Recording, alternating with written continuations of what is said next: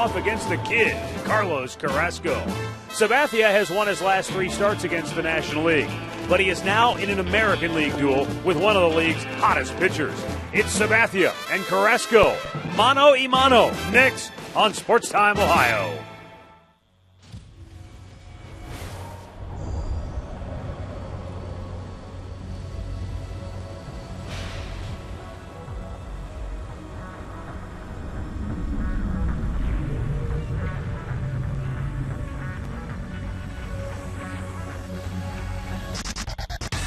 Saved his first home run for a most dramatic moment. Austin Kearns hit last, telling the Tribe to a come-from-behind win last night for the Yankees. And we welcome you in once again here today as the Tribe continues this 3-game series against the Bronx Bombers.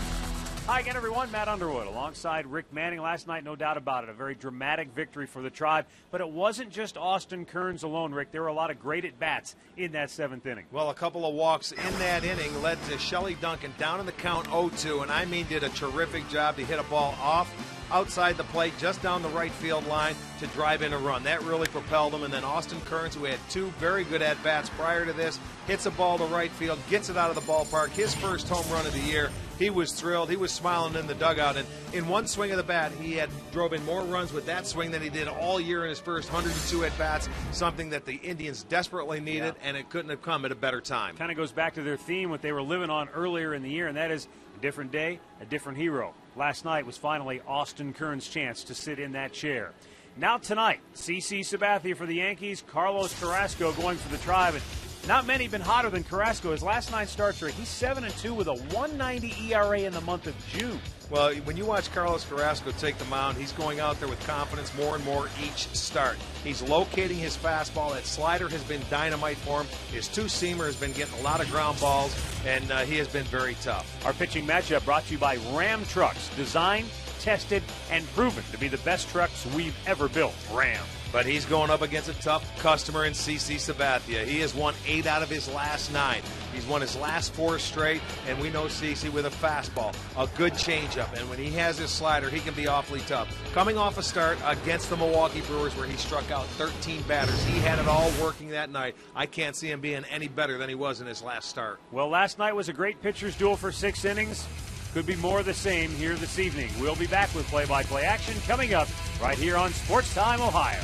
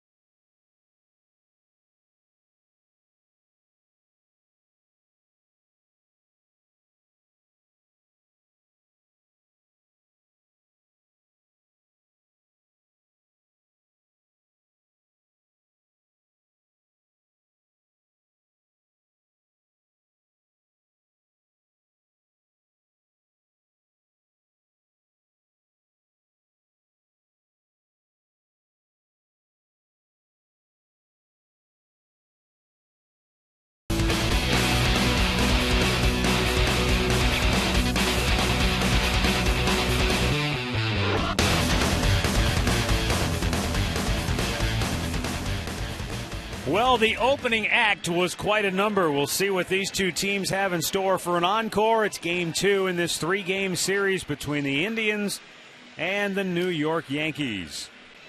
And we welcome you into what is once again a gorgeous evening in downtown Cleveland, Ohio. Temperature going to be right around 82 degrees at game time. just perfect. No breeze to speak of tonight. Last night, we had a wind blowing straight in from center field, but tonight, barely a whisper of a breeze at all. And it will be Carlos Carrasco against CC Sabathia. Joe Girardi at the helm of the Yankees ball club. They come in 50 wins and 33 losses. They lead Boston by a game and a half in the AL East. The Indians take the field behind Carlos Carrasco. They're 45 and 38. The Indians a game and a half better than the Detroit Tigers in the AL Central. Carlos Carrasco will be shooting for his 9th win of the year. He is 7-2 in his last 9 starts. And as I mentioned in the open, his ERA in the month of June was under 2 at 1.90. Let's have a look right now at Joe Girardi's starting lineup for New York. Derek Jeter hitless last night in his pursuit of 3,000 career hits. He's 6 shy. He'll lead it off. Then it's Curtis Granderson, who homered the 23rd time last night. Mark Teixeira bats 3rd. Then it's Alex Rodriguez, followed by Robinson Cano and Nick Swisher. Jorge Posada, Brett Gardner, and Francisco Cervelli getting the start behind the plate. He bats 9th tonight. The young man Carlos Carrasco making his 16th Major League start, and he has been on some kind of roll. He is 8-4 this year. In his 94 innings, he struck out 60. He's given up just 86 hits, so he has been doing a terrific job. Everything, he has been able to command every pitch he has. He made one start against the Yankees coming in June 13th when we were at Yankee Stadium. It was a 1-0 win when he bested A.J. Burnett in that ball game. Last 9 starts, you can see 7-2, and in his last 5, he's 4-1 with an ERA of .98. Let's take a look at the Indians' defense, brought to you by Pat O'Brien Chevrolet, saluting the men and women defending our country and watching on the Armed Forces Network. It'll be Brantley in left, Sizemore in center, Kearns is back and right.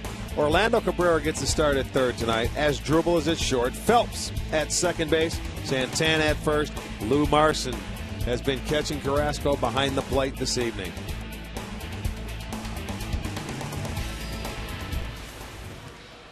Jeff Nelson, the acting crew chief, will call the balls and strikes. Marty Foster is at first. Bill Welke at second. Mike Estabrook is at third.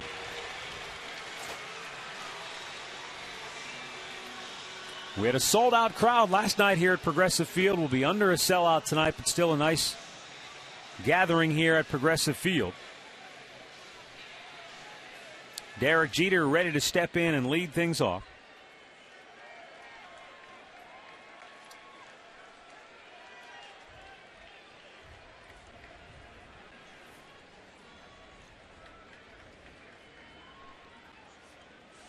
And a strike over the outside corner.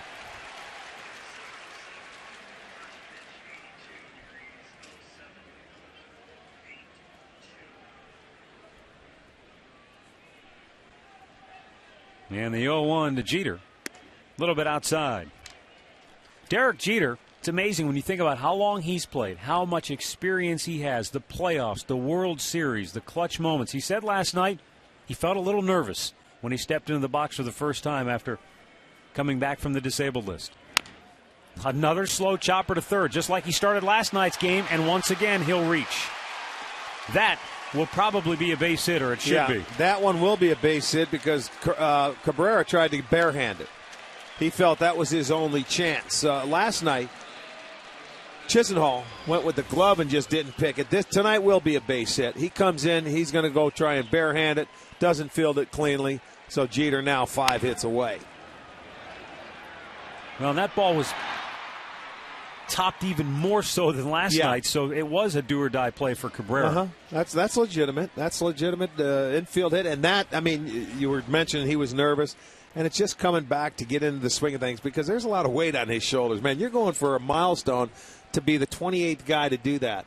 So, yes, I can understand why you get a little jitters. Well, Curtis Granderson 1 for 3. He homered last night in the ballgame, but that didn't come until late. He homered in the 8th inning for New York. There was a bomb, too. Pistano left him a fastball about middle of the plate, and he turned on it. Swung out and missed. Took something off, and Carrasco had Granderson fooled.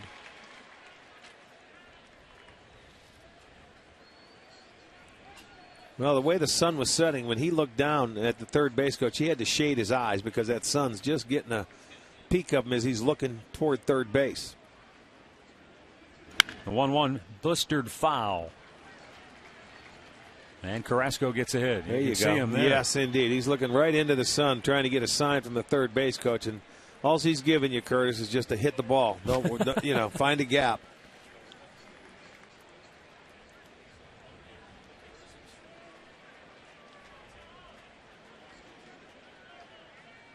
Carrasco deals. And a swing and a miss. He struck him out.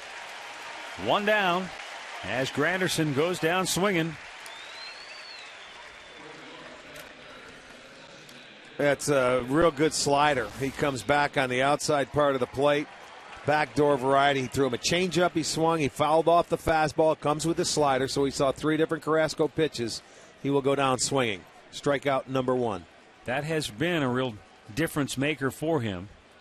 The ability to locate his fastball, get ahead sometimes with the changeup, and then put him away with the slider. When you think about when he first came up a couple of years ago in September, and he was getting starts, everything when he had to throw a strike was geared on the fastball. He couldn't command the slider. He wouldn't throw the changeup. He now can throw any pitch right now at any time, and that's the big difference and why he's been so successful.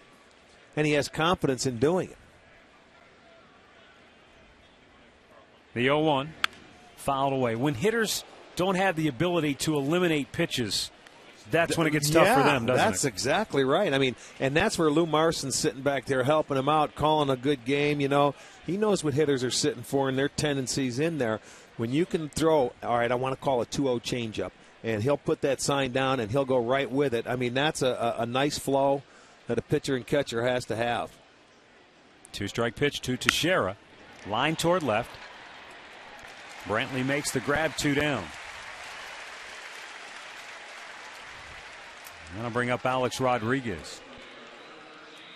What you were just talking about with regards to Carrasco reminds me of another guy who's pitching at the top of his game right now, who's also pitching tonight, and that's Justin Verlander.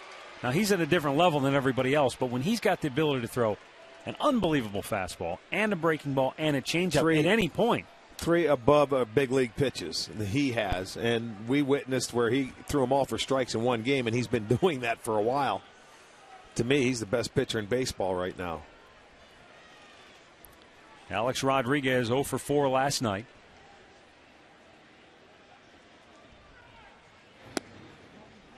And Carrasco misses with the fastball.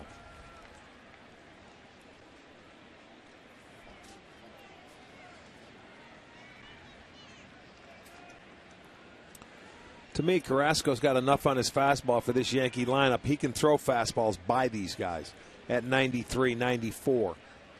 Where Josh Tomlin last night, he's a different character. He's got to set his fastball up because more of the Yankees have slider speed bats. And, if you slow it down to them, that's going to help them out because they're also good breaking ball hitters. But this guy sets his fastball up where he can throw it by you upstairs at 90. 2 different style pitchers, but 2 very successful because they throw strikes. Low and away, 2 balls and a strike.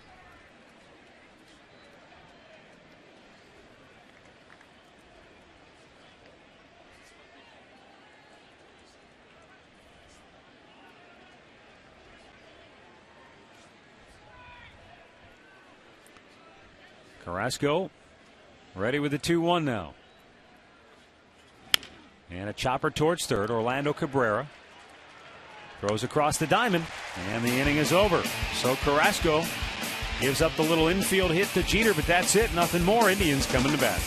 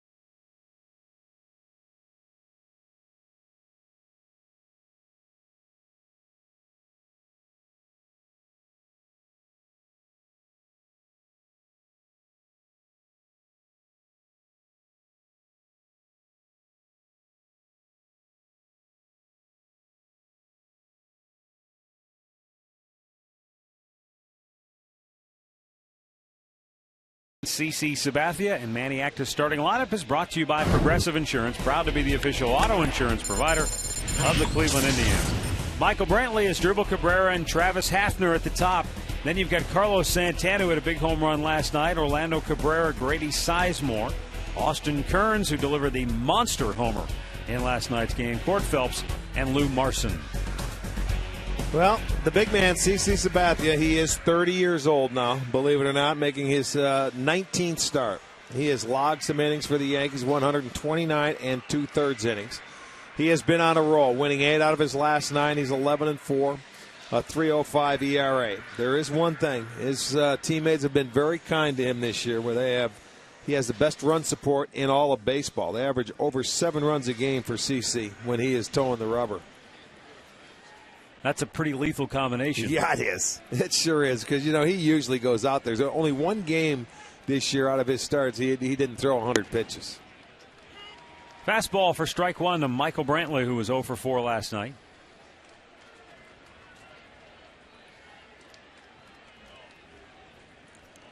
But he goes out there, he gives you innings, you know what you're going to get.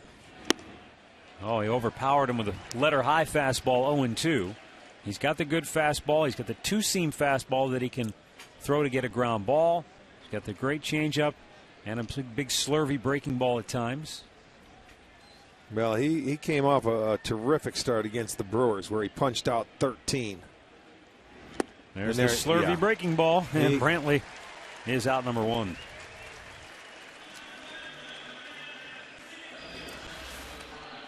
A lot of times in games you see CC will have a tough time throwing that for a strike. That may not have been a strike, but it didn't have to be because he got ahead of Brantley with the fastball and 0-2. When you get him in good counts and hitters counts, you can take that slider. You don't have to swing at it. But if he gets ahead of you, you're going to see a lot of swings and misses like that.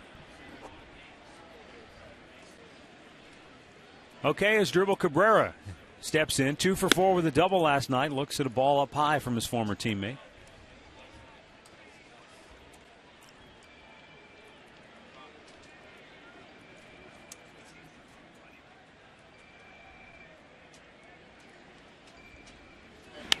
As Dribble shoots it out of play.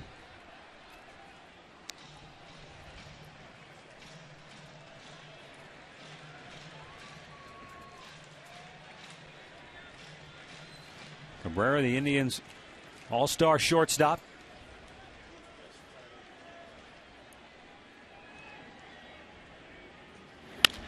Right back to CC. And a little flip to first for out number 2. Yeah. Let's take a look at the Yankees' defense. Brought to you by Home Depot. It's Gardner in left, Granderson in center, Swishers in right. Rodriguez at third, Jeter at short, Cano at second, Posada at first tonight. Cervelli is behind the plate. More savings, more doing. That's the power of the Home Depot.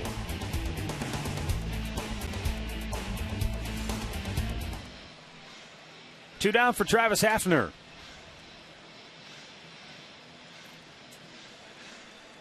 Pronk was 1 for 3 last night. In his return to his normal DHing duties after that long road trip where he was limited to just the pinch hitting chances. It was after the first pitch, and it's right back out of play. Not a bad idea if you can get after that first fastball and hit it. The big Pronk fouled it off.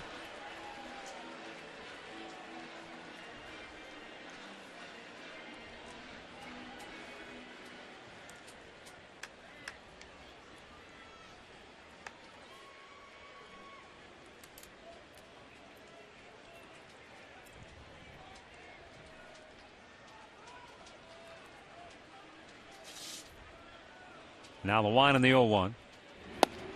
I know I've asked you this before, but when you face a guy who you were teammates with, especially the number of years these two guys played together, as a hitter from your perspective, was there some doubt that, oh man, this guy knows all my secrets, my weaknesses, my ins and outs? No, I think it helps you as a hitter because you know his tendencies on what he likes to throw in certain situations. Every game is different. Hafner with a smash to center. Granderson back, still going back, makes the over-the-shoulder catch. And the inning is over. Hafner gave it a ride, but the Tribe goes 1-2-3.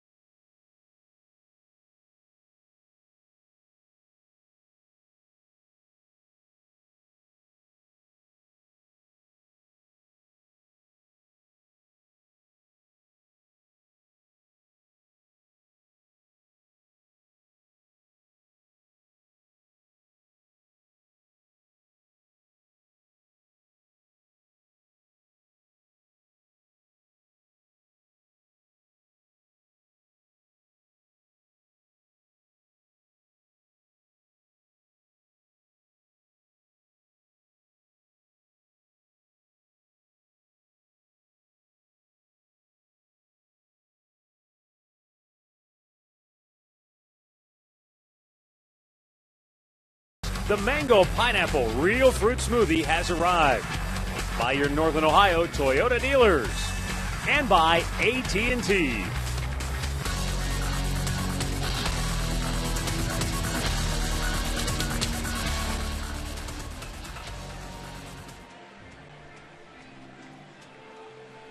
Back here, no score, top of the second inning.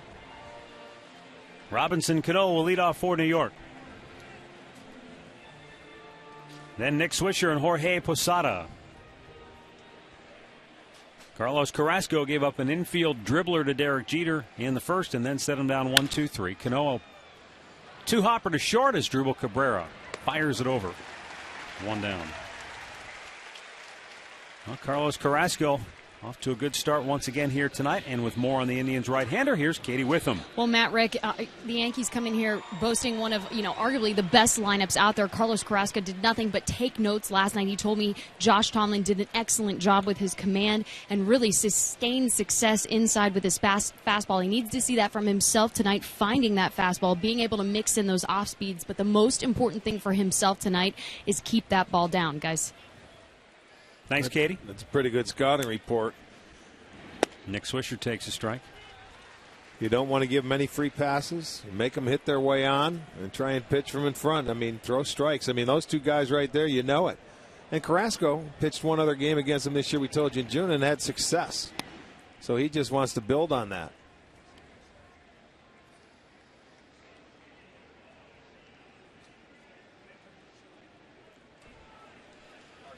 Nick Swisher, 1 for 4. He doubled late in the game last night. Big chopper, first base side, just foul.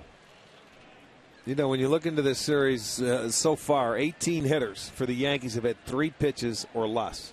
Now, to go through a lineup like that, that's impressive because they lead the league in walks. They have 328 walks. So, these guys are a type of offense that'll make you work, make you throw strikes. But when you can get them in 3 pitches or less, you are really doing a good job. Here's the 1-2.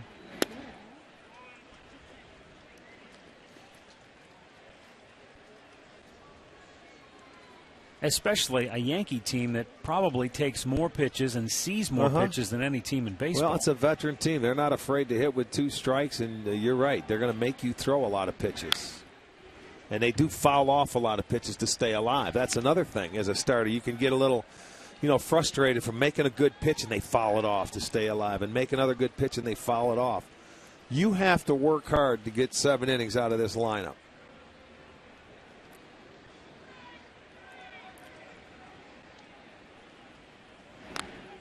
Checked to swing and fouled it off. So a pesky at bat here for Swisher so far. And he just barely started his bat and it hits it. Almost right on the on the trademark. Yeah, because he saw he was starting to commit with 2 strikes and then wanted to hold up, and that ball bearing in on him and got it. Just fouled off the bat.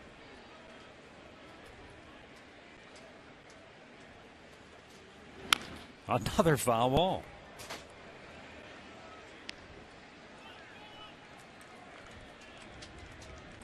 This will be at least an 8-pitch at bat.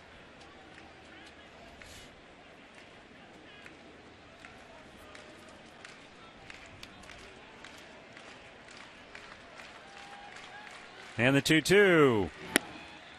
A little bit low, full count.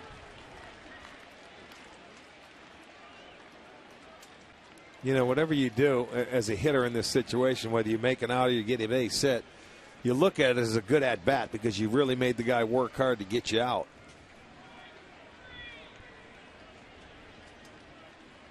Payoff pitch.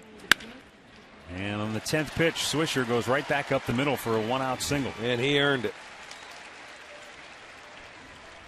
Second hit for the Yankees. As Drupal Cabrera, one of the Indians' all-star representatives this year, both he and Chris Perez will represent the Tribe in the Midsummer Classic. And you see there, as Drupal has a couple of stars on the jersey and on the hat, that's part of Major League Baseball's way of identifying each of the guys who was picked for the all-star team this year. So if you're noticing the stars during the game, that's what they're there for.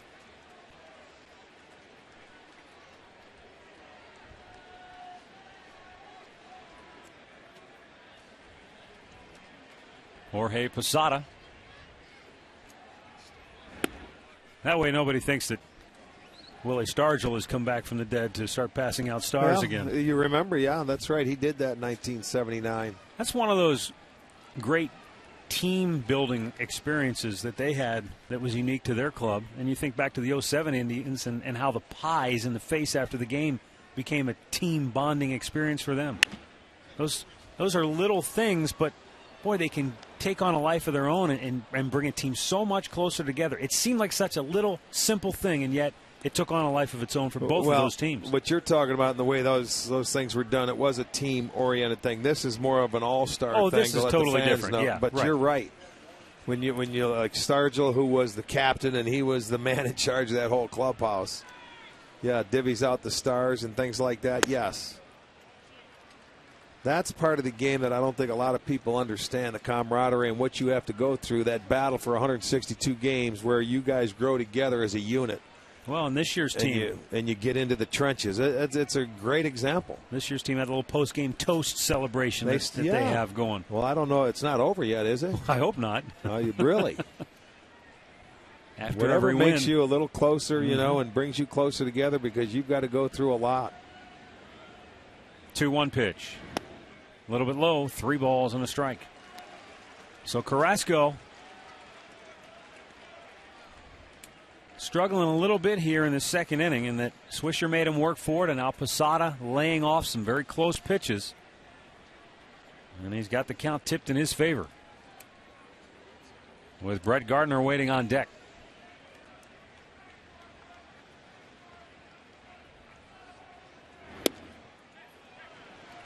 And it's ball 4, so Posada draws a walk. And there are 2 on with only 1 out here in the second inning now.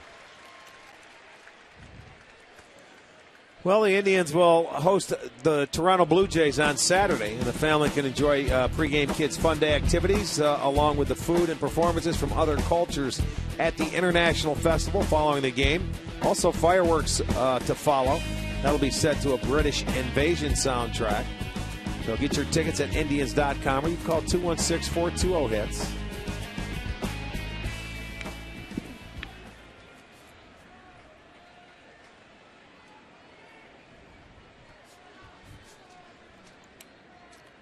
Brett Gardner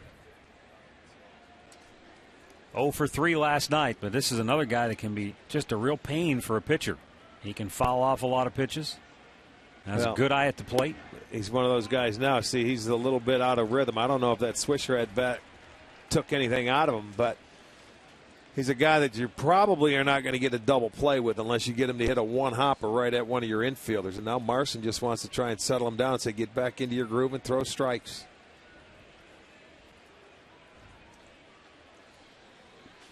Tim Belcher watched Josh Tomlin go out and just absolutely deal for 7 innings last night. And the whole key to being a successful pitcher is making some of those in-game adjustments. And that's what Tomlin has become so adept at doing, adjusting on the fly. At bat to at bat. The 1-0. And he missed in off the plate, 2 balls, no strikes, and he does appear to either be out of rhythm, or just mechanically in a little bit of a rut here. Well, the first 5 hitters, they saw 15 pitches, and it's been 15 since in the last 2 batters.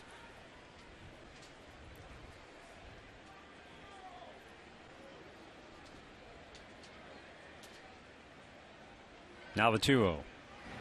And he missed outside there. 3 balls, no strikes. He looks just a little frustrated. Well, you got to regroup, man. You got to regroup. You're facing the bottom part of the lineup. Find a way. You got to make that. Do you hear people talk about making that adjustment on the fly or in between pitches? He has to do that right now to come back and try and throw a couple of strikes. I'm sure Gardner's going to be taken. 3-0 pitch. And a borderline call goes Carrasco's way. Well, he didn't like it. Gardner didn't like it. I can tell you that. He's looking back now and says, you sure? Might have been a little high.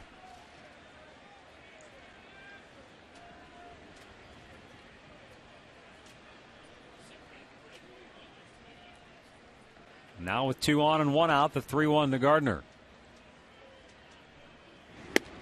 And that's ball 4, so he's walked 2 in a row and the bases are loaded. And Francisco Cervelli is coming to the plate.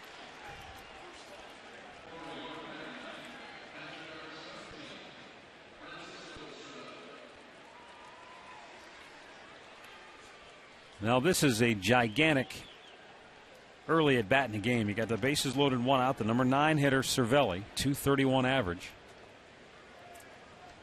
And as you said before, I think you mentioned it last night, with this lineup, you can't walk guys and get away with it very often, because more times than not you start walking people and you're going to end up with guys like Teixeira, A-Rod, or Cano at the plate. That's where they make their money. When you give them free base runners, they take advantage of it.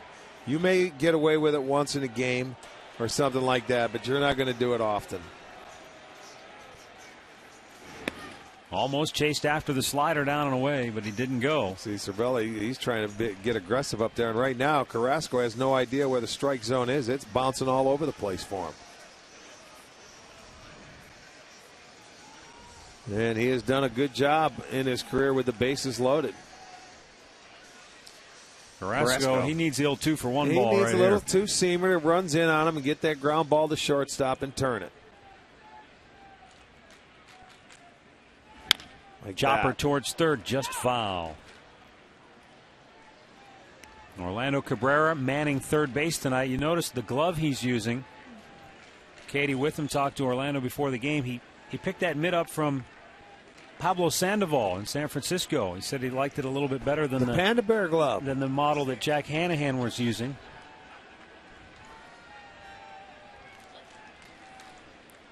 A little bigger glove. He said a little deeper pocket. So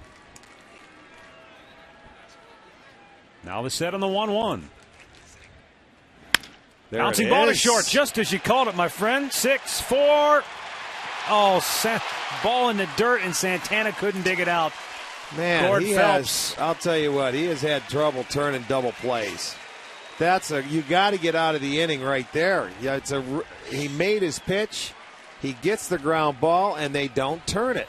For some reason, at second base, he has problems turning the double play. Watch his arm going down, and he short hops him. Get it up top. The runner wasn't on his feet for any reason. That's a ball right there that's got to be turned and out of the inning. That's a killer for Carlos Carrasco, because he should be sitting in the dugout right now. Instead, the Yankees pick up a run. Cervelli gets an RBI, and they have the early 1-0 lead.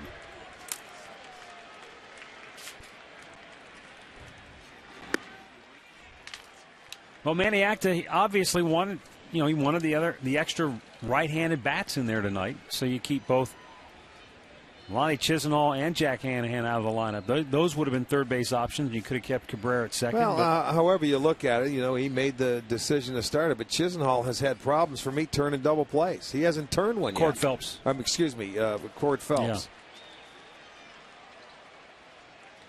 Yeah. He has had his issues, man. That arm comes down and it's so low. He's got to get it up top and get it over the base runner.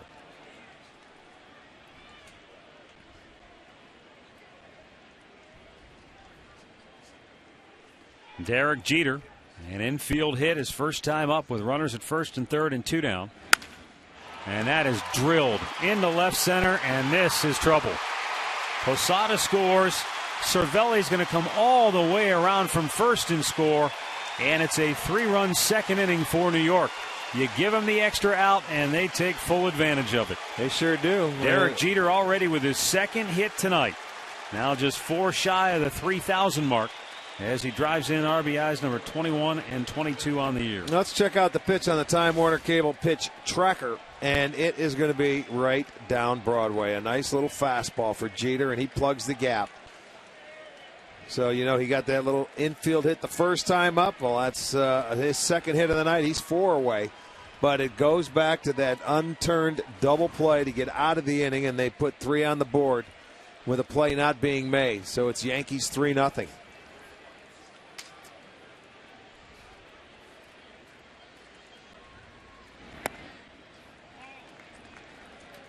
That will not go down as an error.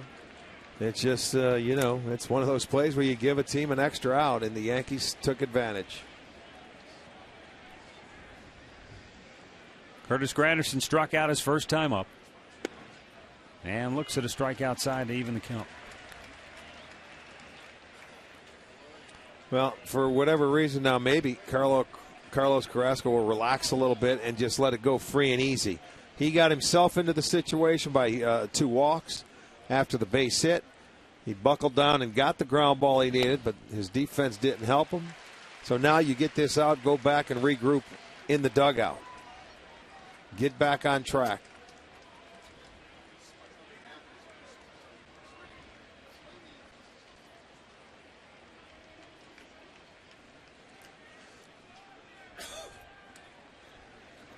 With 2 down and Derek Jeter standing at second base, the 1-2 pitch to Granderson. And Marson couldn't hold the tip, so he stays alive.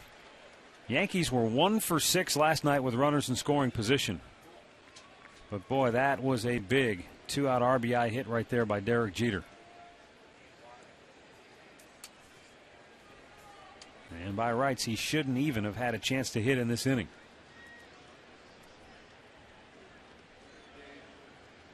Now the 1-2.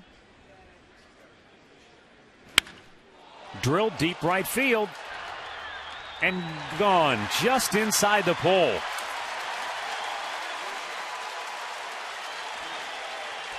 Yankees capitalizing on the mistakes by the Tribe here in the second.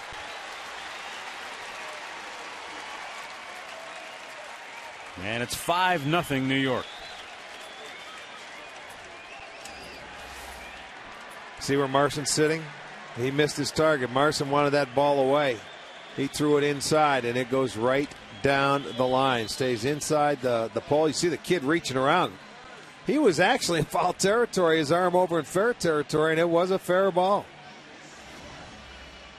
So Granderson homered in second consecutive nights. That's number 24 for him. Give him 61 ribbies. And it's a 5-run Yankee second.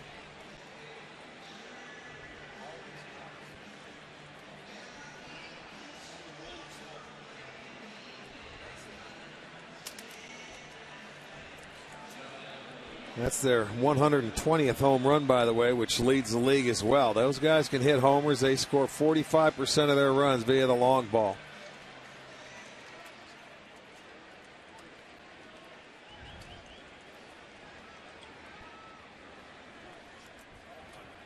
The 8th man to bat in the inning is Mark Teixeira.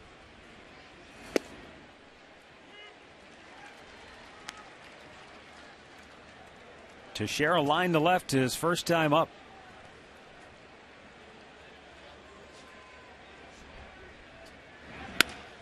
And another base hit.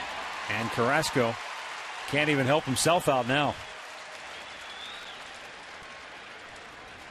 Well, they made the adjustment. He shut him down on 5 hits back in Yankee Stadium. And guess what? They have 5 already, and you're in the second inning. 4 of them coming in this inning. And there you go. Breaking ball. He just serving it, going the other way with it. They're locked in tune right now. They're not letting him get away with anything. And I think the frustrating thing, he knows he should be sitting in that dugout without giving up a run. That's even worse for him.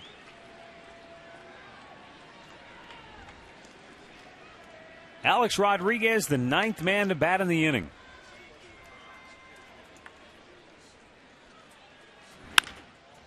Chopper just foul third base side, not by much. Rick, remember there were games when CC Sabathia was a young pitcher for the Indians where you would see him go out there and a bad break like that would happen behind him and you could just see the emotions get the better of him. Now, I don't know that's what's happened to Carrasco here, but you have to wonder if deep down he's visibly shaken. Yeah, I can tell you that right now. I saw him throw a ball out of play he didn't like. The 0-1, tap foul, 0-2. Well, it is a game of emotions. The way he's been pitching, he's been in total control. And in this inning, he has not been.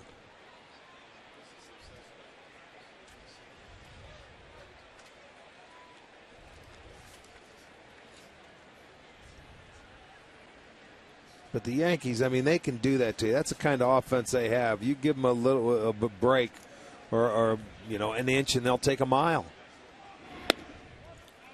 Well, that's where I said the at-bat with Cervelli was gigantic, I think is the word I used, because he's up there and you got a chance to get out of the inning without having to deal with the big boppers and men on base. And he did exactly what he needed to do to get out of the inning, and it didn't happen.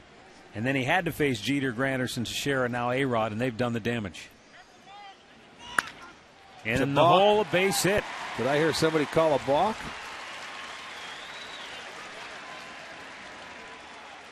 I thought I heard somebody call a balk. That's going to go as a base hit anyway because they called the balk. I thought I heard it. I could be wrong. See if he stops. There's a stop, and then he started again. And then they called the balk right there, I think, because he stopped. He went down again. But the pitch continued. He got a base hit. That's going to go as a hit. So they have batted around. Robinson Cano led off the inning when he grounded out to short. Now what do we have? Time was called momentarily. Now we're ready to go again. Carlos Carrasco now is all of a sudden, look it up there, he's made 51 pitches.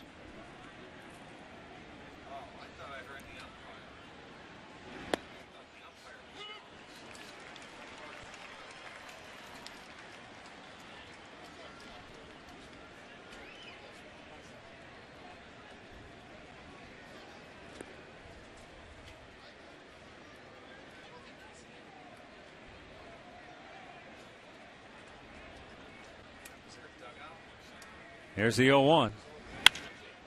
In the air, center field. Grady back, still going back, on the track at the wall, makes the catch. And that'll end the inning. Oh boy, the Indians had their work cut out for them now. Yankees up 5 early.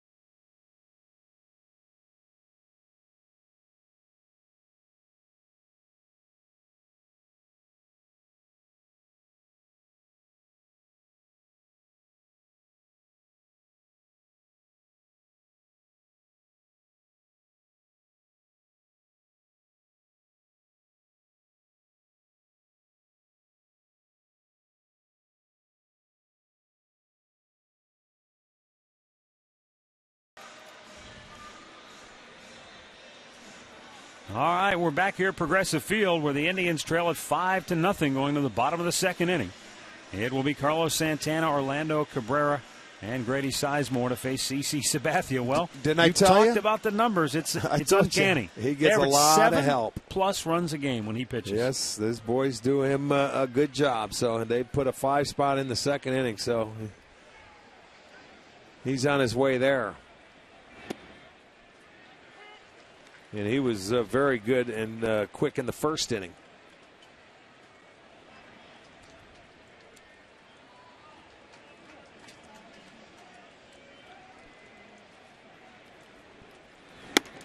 A little bit high Letters 1-1 for Santana, who clobbered a home run last night late in the game.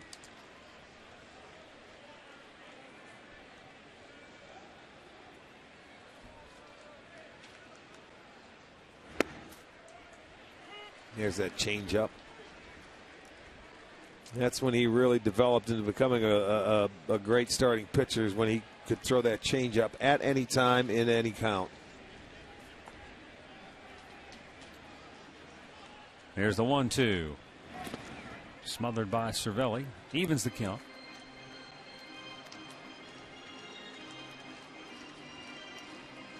Well, it just goes to show you, too, Rick, that a guy like Sabathia got to the big leagues because he was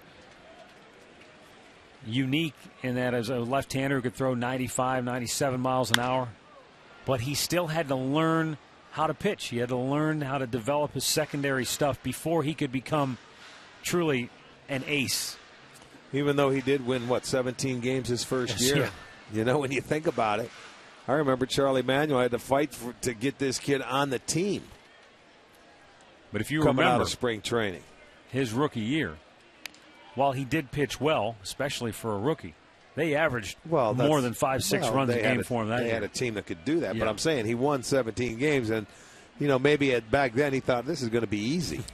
Well, he found out it wasn't easy. You still have to develop. You have to learn how to pitch if you want to be successful, and he certainly has done that. He's got a Cy Young Award to show for it. And the 2-2 to Santana. Out of play the opposite direction. He was the first one to win it here in Cleveland since Gaylord Perry. That's quite a gap. And we saw a young kid come to the big leagues and really grow into a man by the time he won that Cy Young Award. He's one of the best. He's probably one of the best teammates you could have. I mean, you talk to anybody that has played with him, even when he went to Milwaukee from here. Santana in the air to right field. Routine for Swisher. One away. Take a look at our AT&T trivia question tonight.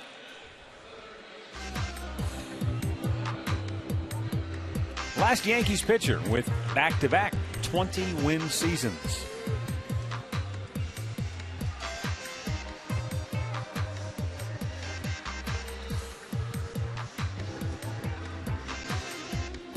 We'll have the answer coming up later on.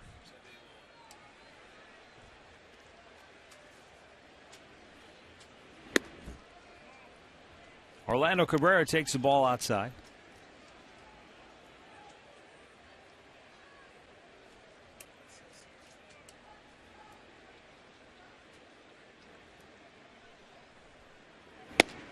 At the knees, strike. Evens the count, 1-1.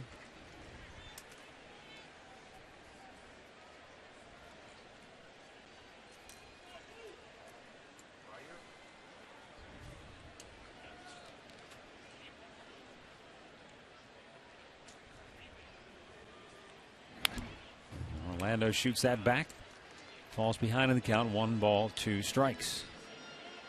Tigers lost to the Angels out on the West Coast last night, so the Indians have a game and a half advantage in the division. White Sox began the night in third place, 3.5 off the pace.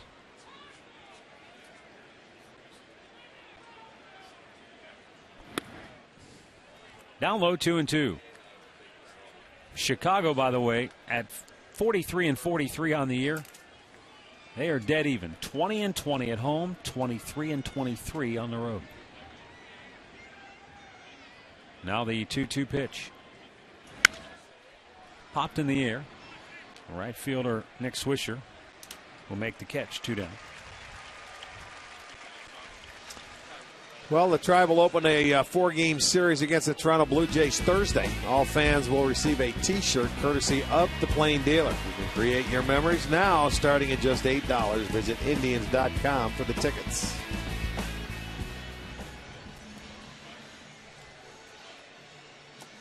Two down for Grady Sizemore, 0 for 2 with a pair of walks last night.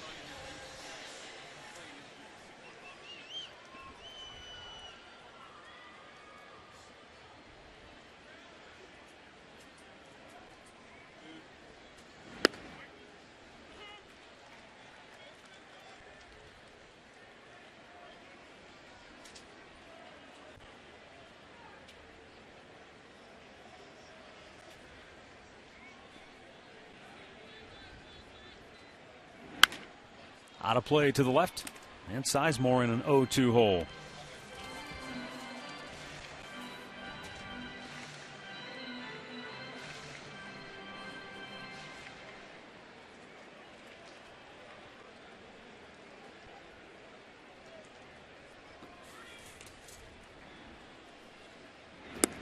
And he chased.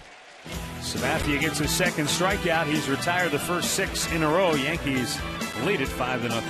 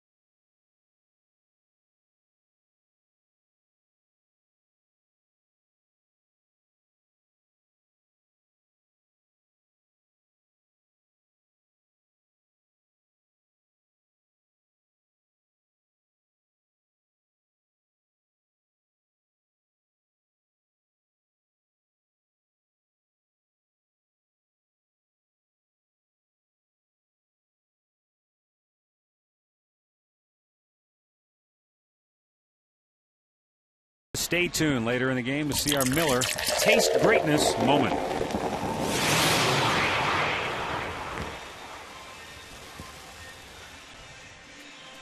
For the Yankees, Nick Swisher, Jorge Posada, Brett Gardner due up.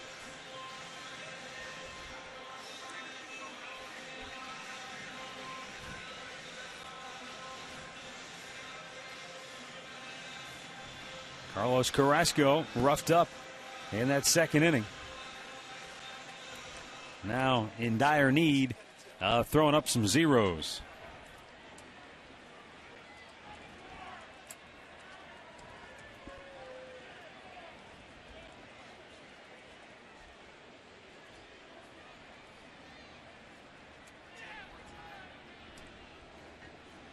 Swisher singled with 1 out in the second inning. And that one at bat seemed to begin the unraveling of Carlos Carrasco, who at that point had retired 4 straight. But Swisher, in a 10-pitch at bat, fouled off a number of Carrasco offerings and then lined a single right back through the middle. This time he beats it into the ground, and Cord Phelps flips it over for out number 1. Check in once again with Katie Witham. Well, Matt, Rick, once again, we are going to be filling the house for charity tomorrow as the Indians wrap up their series with the Yankees. Game time 7:05. $1 from every ticket will go to support the United Way of Greater Cleveland. You can log on right now to Indians.com. Get your tickets. Come on out here, see some great baseball, and support a worthy cause, guys. All right, thanks, Katie.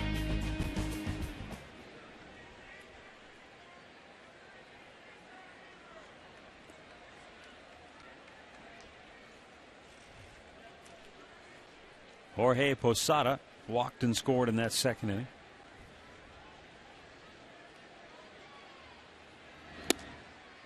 Takes a strike.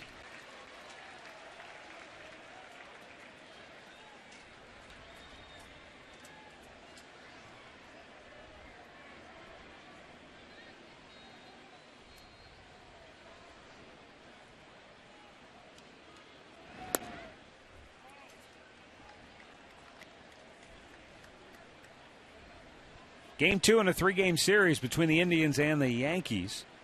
And then the Toronto Blue Jays will be in for a 4-game series to take us into the All-Star break. And then after the All-Star break, you can really make the argument that the race for the American League Central Division will begin in earnest, because at that point the Indians will have 73 games remaining. And of those 73 games remaining, 47 of them will be played within the American League Central Division. Better than 60% of their remaining games will be against divisional foes. And a line drive single up the middle for Jorge Posada.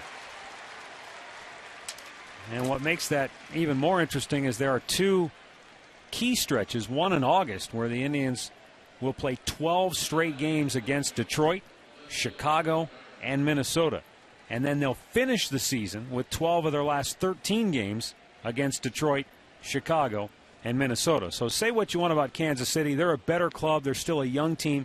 But this division is going to be fought out between those four teams. And even though Minnesota has faded here lately, 8 games out, and what are they, 9 games under 500, they'll still have something to say about who wins and who doesn't win. Sure they will. The AL Central. That's why you have to take control of your own division. I mean, you can say that right from the start of the year, and it's going to hold true. You have to play well. They got off to the good start. Now they're going to have to battle their foes.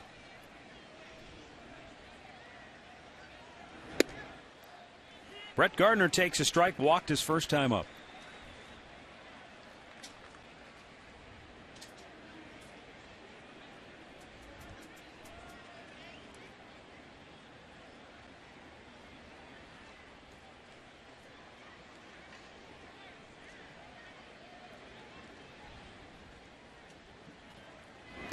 Low and away. Count evens at 1-1 for Gardner.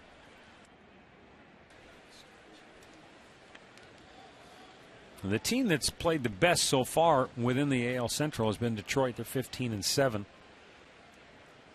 But I just, again, you look at all those numbers, and to this point, none of it really matters. It's all going to come down to what everybody does in July, August, late July, August, and September. A base hit in the hole.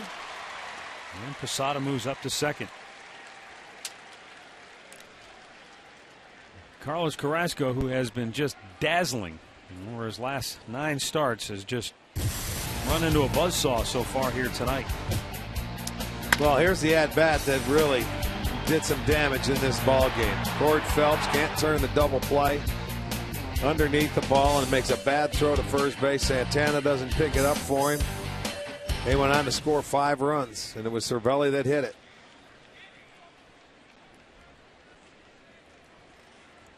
He's up here with 2 on and 1 out.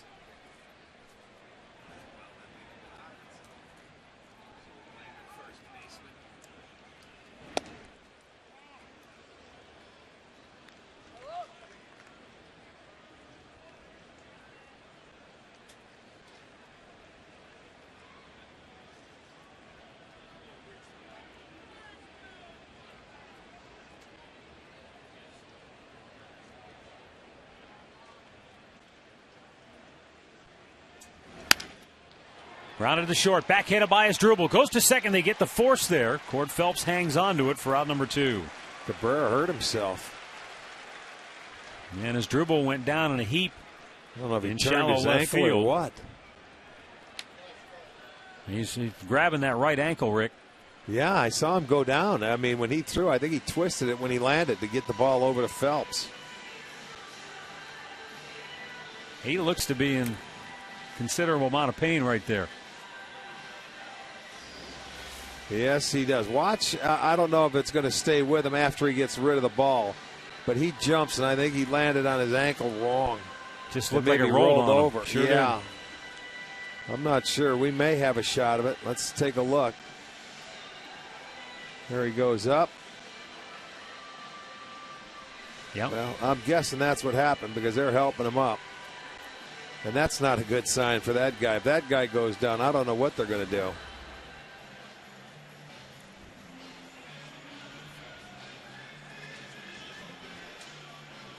Very tender right now. I mean, this guy, we showed you yesterday, he has played all but 7 innings of this team's games this year. And right now, Rick, if you're Manny Acta, do you even want to take a chance? Do you just take him out right now just to say, hey, look, we can't take a chance on him injuring this. Well, I'll tell you what. Who are you going to put in there? That's what I want to know. That might be the only guy that Manny would have done that with, because he's got nobody to put in there. Well, it's hard to tell from this angle. Definitely looked like he just rolled over on the side of it. Well, he had to. I mean, he's sitting there limping on it.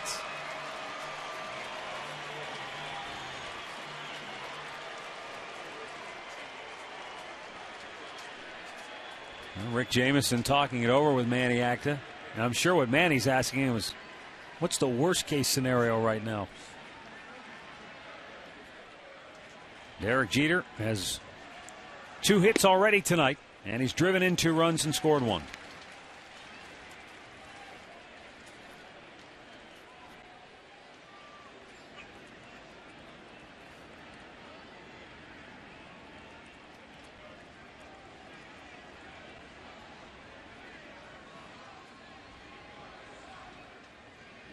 Swung out and missed. Out in front of it, 0-2.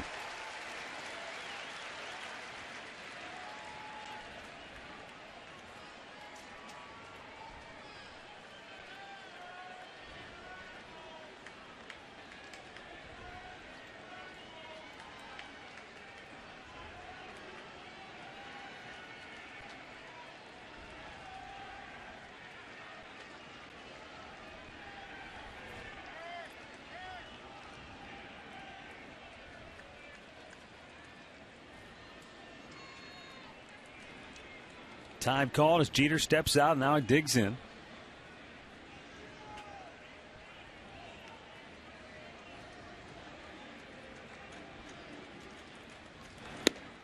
A little bit wide of the mark. And you can see Carrasco, who's been frustrated all night long.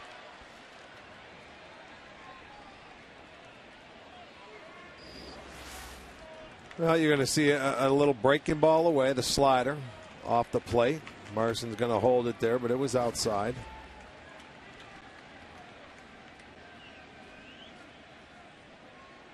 Nothing doing with the runners.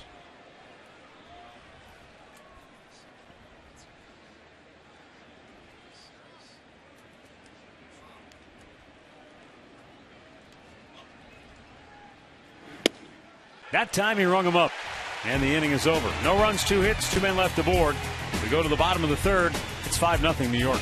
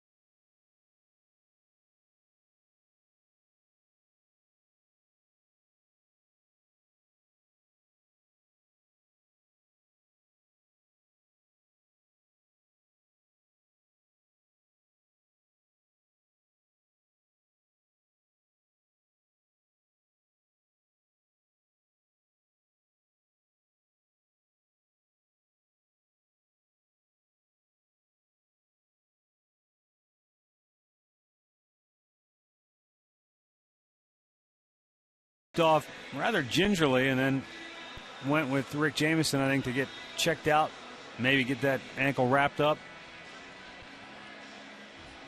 We'll see if he's able to stay in the ball game. I would imagine he will, but we'll wait and see. Austin Kearns, Cord Phelps, Lou Marson due up here for the Indians. Well, they may just slap some tape on there and, keep it the swelling down or something that hurt. It may not be sore till after the game.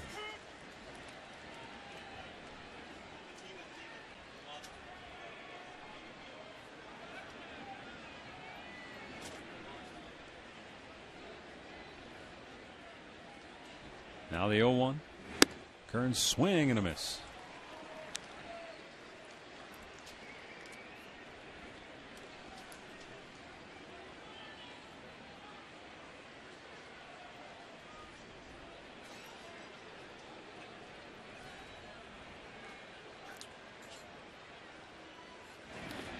Yes. Down and in. Did he go too far? He did not go. 1 ball, 2 strikes. That's when the right-handers will swing it at CC slider. Again, ahead in the count 0-2, which he's done very well tonight. He started, but he was able to hold up. But they start committing on that ball, and all of a sudden that back foot slider is what gets you. Down low, 2-2.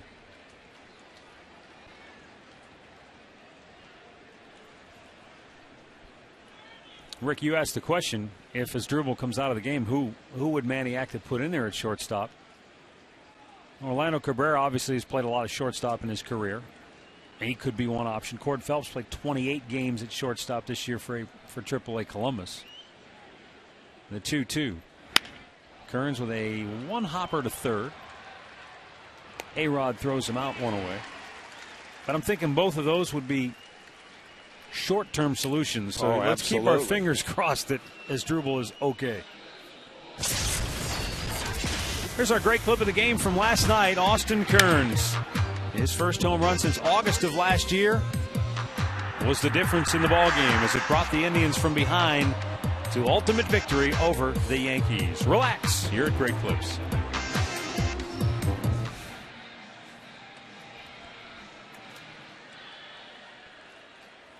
Looks like Austin's fighting off some bees or wasps in the dugout there. It's that time of year.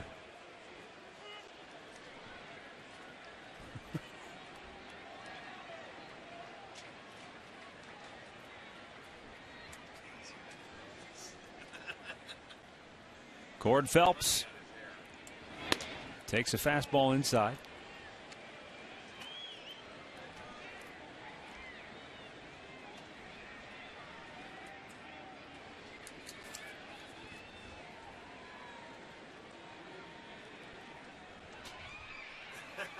And the 1-1 popped in the air, left field. Back goes Gardner, still going back, carries all the way to the middle of the warning track. 2 down.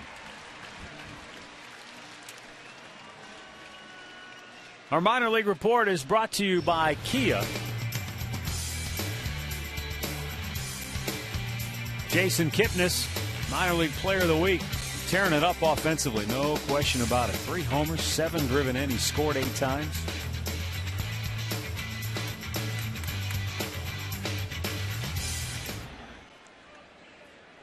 And with 2 down, Lou Marson.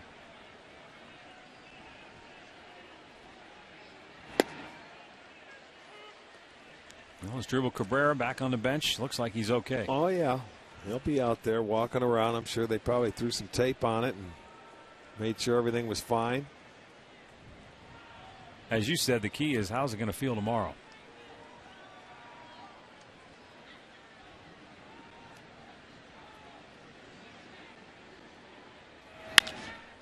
Slice just inside the bag, down the right field line. Lou Marson with the Indians' first hit of the ball game. And that'll keep the inning alive now for Michael Brantley. Well, Lou now 3 for 4 off CC in his career, and you couldn't have placed this one any better. He went down and away with a pitch, and he just shoots it that way. That's that inside-out approach to the left-hander with Posada playing first tonight. I don't know if you get that ball by the best that's over there, but Teixeira's DH in the night. Posada's over there at first, but Lou gets a base hit. First hit of the night for the Indians, coming with 2 outs. That'll bring up Michael Brantley. And a curveball hangs high.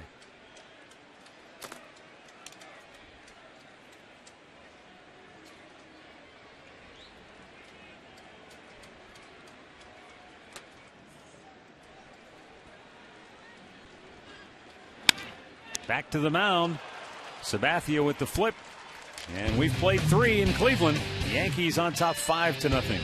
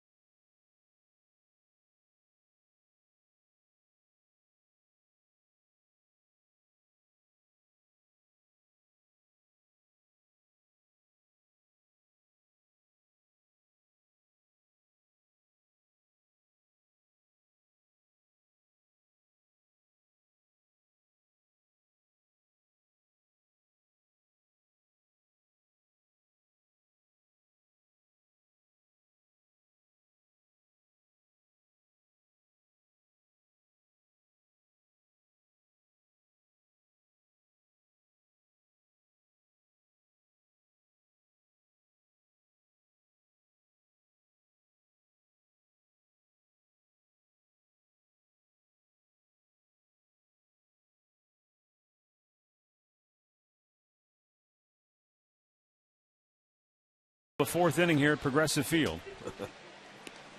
And for New York, Curtis Granderson, Mark Teixeira, Alex Rodriguez due up. Carlos Carrasco had a miserable 2nd inning in which he struggled, had trouble commanding the baseball, and then a key defensive miscue behind him allowed the inning to continue, and the Yankees took full advantage. He'll start this 4th inning with 68 pitches under his belt so far. Now your job is to just keep throwing zeros on there and hopes your offense gets on track and start facing CC for the 2nd time through. So try and have a quick inning and get in as quickly as possible.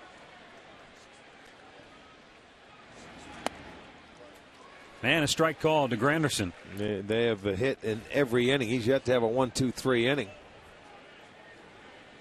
His first was the best after Jeter led the game off with that little infield single. He got the next 3 guys in order. High pop foul out of play. Send out some birthday wishes. Rex Grady turning 100 today. Rex, happy birthday to you. Gary Weber of Akron is 71. Helen Gajowski is 89 from North Olmsted. Happy birthday to you all. Mike Fox turns 45 today in Bellevue. Raymond Kettler celebrating his 90th birthday today in Navarre, Ohio. Thalia Duvall celebrating her 10th birthday in Westlake. Granderson celebrating another home run. Yes, he is. Boy, this guy's on fire. Carrasco didn't even look. That is his 3rd home run of the series, his 2nd tonight. And that gives him 25 on the year to pull even with teammate Mark Teixeira. Man, oh man, is this guy on fire. I mean, to tell you, Carrasco, he was looking at the umpire saying, give me the ball back. Look at that, change up down. And you see where Marson's glove was going down and in? Look at, it's down there low. Granderson just picks it, and I mean, hits it out of there a ton. That is now 6-0. And what a series he is having. Well, Curtis Granderson says that he and Kevin Long, the Yankees hitting coach, didn't do anything radically to alter his approach at the plate or his batting stance or anything of that nature. He said it was really just about reaffirming things that we believe in and the approach we want to take. I noticed that he had both hands on the bat all the way through, where he used to let one off. Now he has them both. They stay on the bat at all times. And he did say that was something they changed. But, in his mind, at least, Rick, wasn't anything radically altered. Now, you may differ. You may say, hey, that is a big difference to keep both hands on the bat. No, it's not. I mean, when you're talking, no, it's not. It's just following through. No way. Look at him go down and stay on that ball. That hand did come off the bat a little bit on that one because he had to go down and hit that pitch. Yeah. But it wasn't until everything was through the hitting area that he let it go. He is having some kind of year. Leading the league in runs scored. He's trailing only that guy that's on a different planet in Toronto with home runs now, and he's tied with his teammate, Mark Teixeira.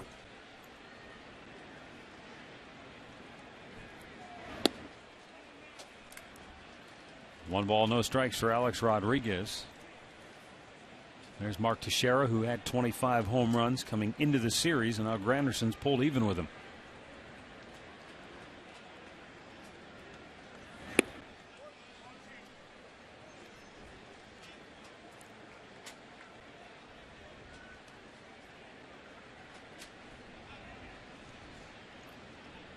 Six to nothing in favor of New York.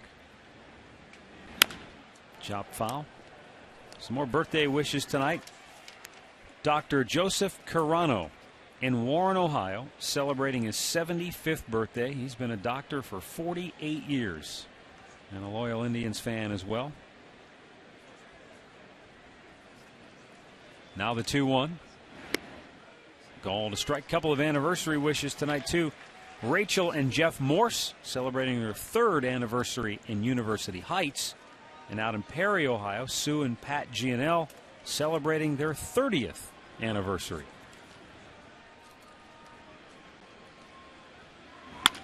Ground ball towards second. Cord Phelps will flip it over to first. 2 down. Let's go back to the studios. Check in with Al Pulaski, who might have some news about that guy you were just talking about, Jose Bautista. His Blue Jays battling Boston tonight. That's right, man. Let's go to Boston, where the Blue Jays are in town, but the guy leaving the yard is Dustin Pedroia. For the 8th time this year, Boston now has an early 3-0 lead over Toronto. They've moved to the top of the 5th inning now at Fenway, but the Red Sox keep that offense rolling right along. The Toronto Blue Jays still looking for their first hit. Back to you, Matt.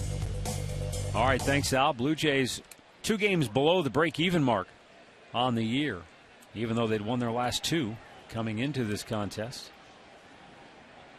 They arrive here for a 4-game series beginning on Thursday night. Robinson Cano 0 for 2 tonight, 1 for 6 in the series. He flied to deep center to end the 2nd inning.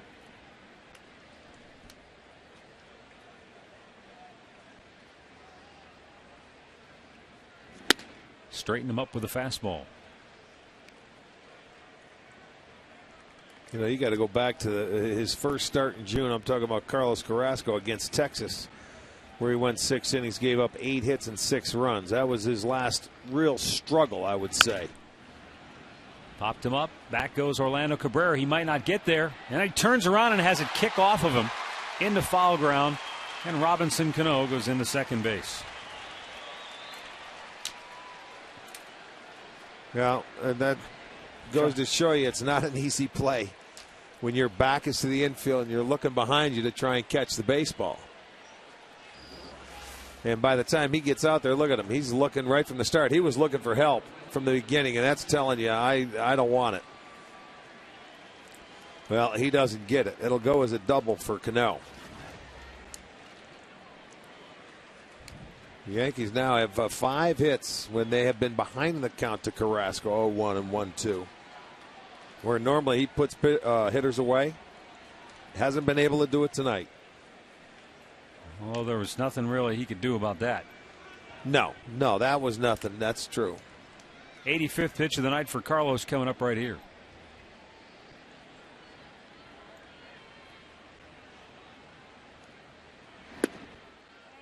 And it's ball one to Nick Swisher.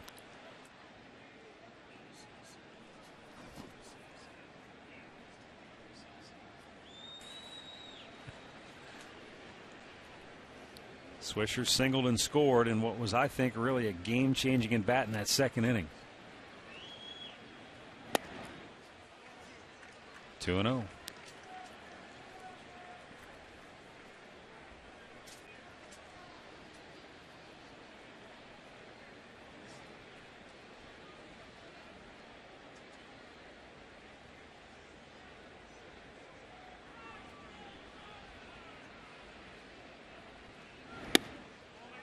And that's inside for ball three.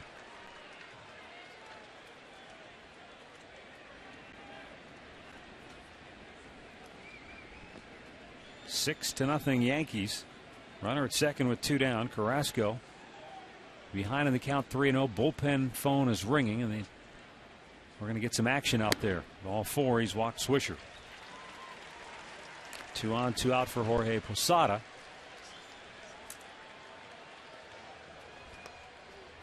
Frank Herman will start to loosen.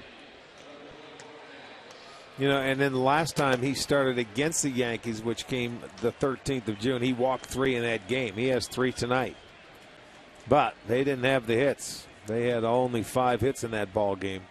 They have 10 here in 4 innings. Tim Belcher going to go slow it down and let, you'd say, Herman up in the pen? Yeah, let Frank get loose out there. Hey, while we have a moment, I want to let you know you can log on to STOHD.com and buy a $20 gift card from Johnny Malloy's in Lakewood, and you'll get 1 free. Johnny Malloy's is kid-friendly, features the best ribs in town along with award-winning pizza. Johnny Malloy's in Lakewood. Join them on their patio for your next happy hour.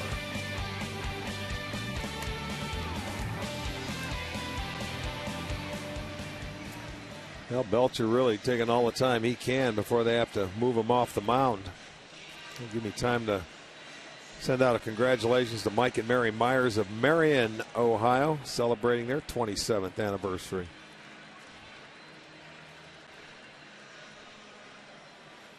You also want to send out best wishes to Dan Bell from Alliance. He's in Altman Hospital. He's got surgery scheduled for tomorrow. Watching the Tribe on the tube tonight. They're not exactly putting him in a great frame of mind for his surgery, though. Yes, sir.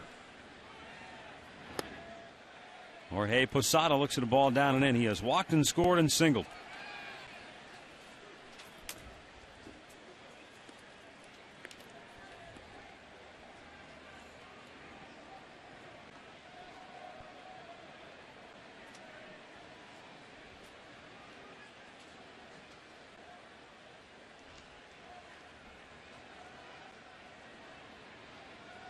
The 1-0 almost got him. He just doesn't have his command tonight. When he's been ahead of hitters, they've been able to put it in play and get hits. When he's been behind hitters, he hasn't been able to make his pitches. It's been one night for Carlos, and it's been a struggle.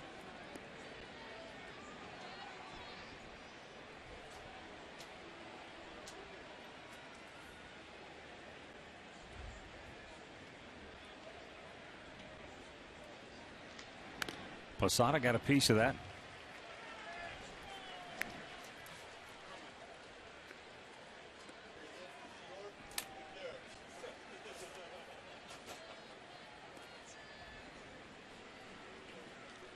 Manny active.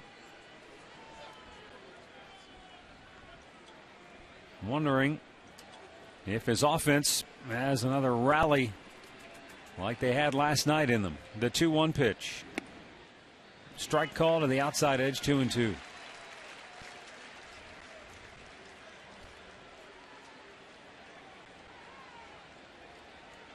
Carlos Carrasco running out of bullets. He's at 92 pitches. Trying to get through this 4th inning. And again, it looked like he was out of the inning when he got the pop-up to shallow left, but nobody could get to it. Orlando Cabrera got there, but with his back to home plate, couldn't catch it. And it's forced him to make a lot more pitches, just like in that 2nd inning. The 2-2. Got him looking. Carrasco gets himself out of the inning. And a frustrating night for the young right-hander. New York in control, 6-0.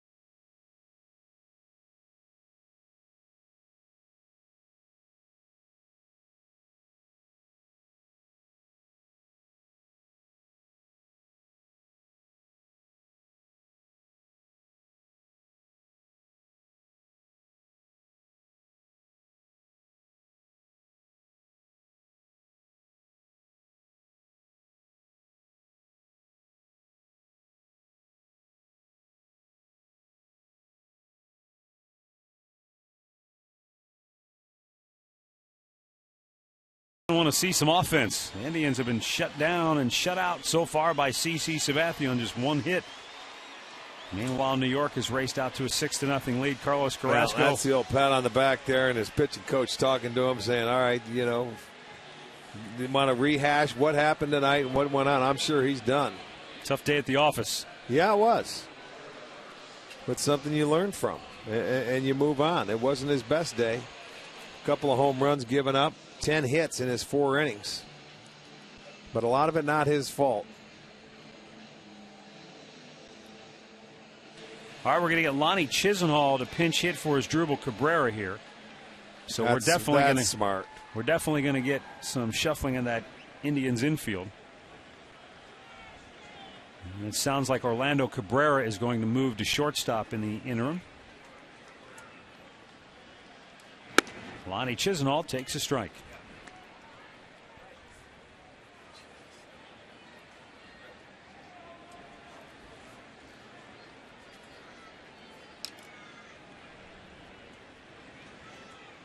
The 0-1 from Sabathia.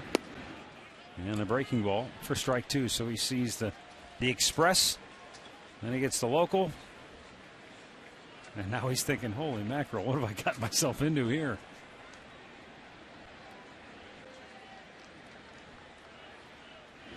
Swung on and missed. Another breaking ball. Third K for Sabathia. And he gets Chisenhall on 3 pitches to start the 4th inning. Our scoreboard update is brought to you by your Northern Ohio Ford dealers and the all-new 2012 Ford Focus. Ford, drive one.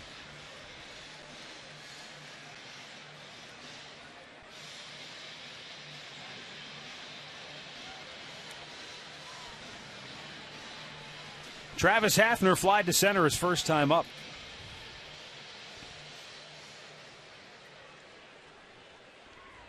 CC Sabathia came into this inning having made 37 pitches through the first 3 frames. Remember, Carlos Carrasco needed 39 just to get through the 2nd inning alone. So he has been pretty much on cruise control. He only hit a single by Lou Marson with 2 outs in the 3rd. No, CC never gets loose until he throws about 39 pitches. He's a guy that can throw a lot. I mentioned to you also in his starts this year, only once has he not thrown 100 pitches. That came in a couple starts ago against the Cubs. But they had a lead 7-4. He came out with 89 pitches. And this is his 19th start. Lays off.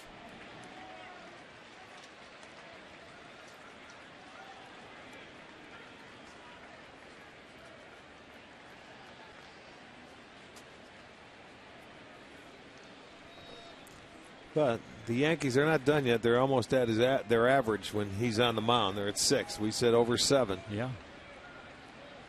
The 2-1. And Hafner had a big, vicious rip at a 97-mile-an-hour fastball. Yeah, he let that one go, didn't he?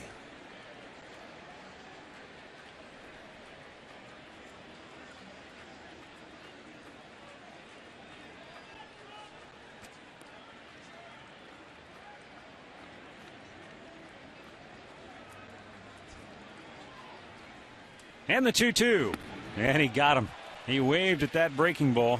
Back-to-back strikeouts for Sabathia here in the 4th. 2 down. Oh, you got a guy throwing 96, 97 miles an hour, and then he...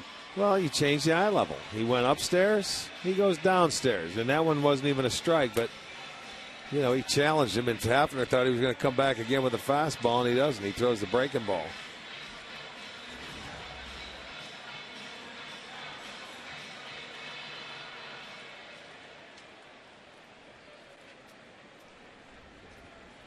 Carlos Santana flied to right. His first time up, and he fouls that off his foot.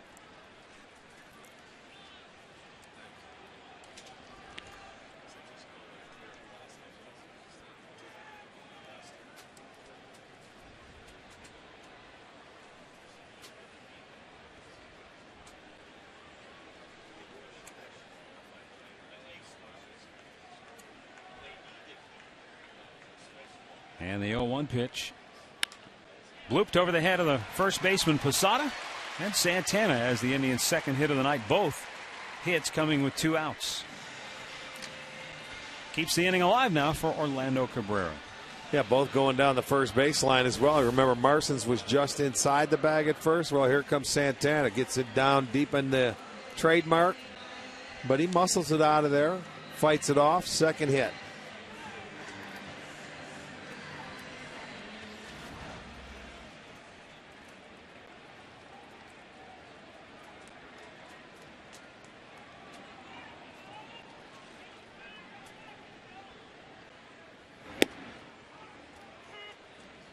Orlando Cabrera fly to right. His only trip against Sabathia.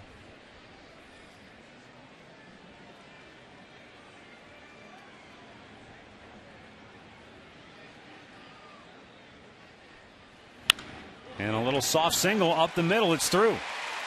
Back-to-back base hits with 2 outs here in the 4th inning. And now Grady Sizemore coming to the plate. This ball looked like it was hit harder than what it really was because it was off the end of the bat. But he gets it up the middle. You see Jeter going after it. He's not going to get there. So a pair of 2-out hits keeps the inning going for Grady Sizemore. And Grady struck out his first time up.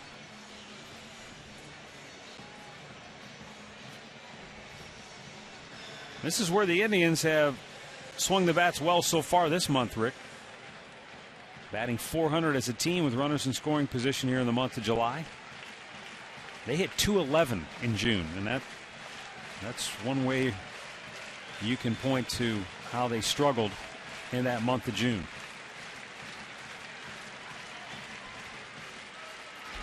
Grady went wailing away, came up empty.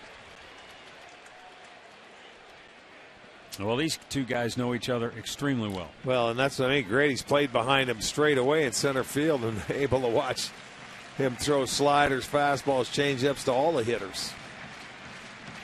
A little different, so when you get in that little white box. That fastball at 97 looks a lot different from there than it does when you're out in center field. Yeah, it does. Yeah, it's coming in on you. It gets on you in a hurry. Well, Grady's got a battle now, down on the count. Well, I can see that CC's got these guys guessing tonight. They don't know what he's throwing and when. He's throwing strikes, and he's throwing all of his pitches for strikes, so they're sitting there guessing. When they're looking for the fastball, they get the breaking ball. And vice versa. Up high. Let's see if that turns out to be a show-me pitch or if he just missed badly on the location. Well, you want to go upstairs and get Grady on the fastball. That might have been his show fastball after throwing one for a strike. Now he can come back with the slider. He can go back upstairs with another fastball if he would like. 2 on, 2 out. The 1-2. And he struck him out. Sabathia fans 3 in the 4th. Indians get 2 hits, but they leave him stranded.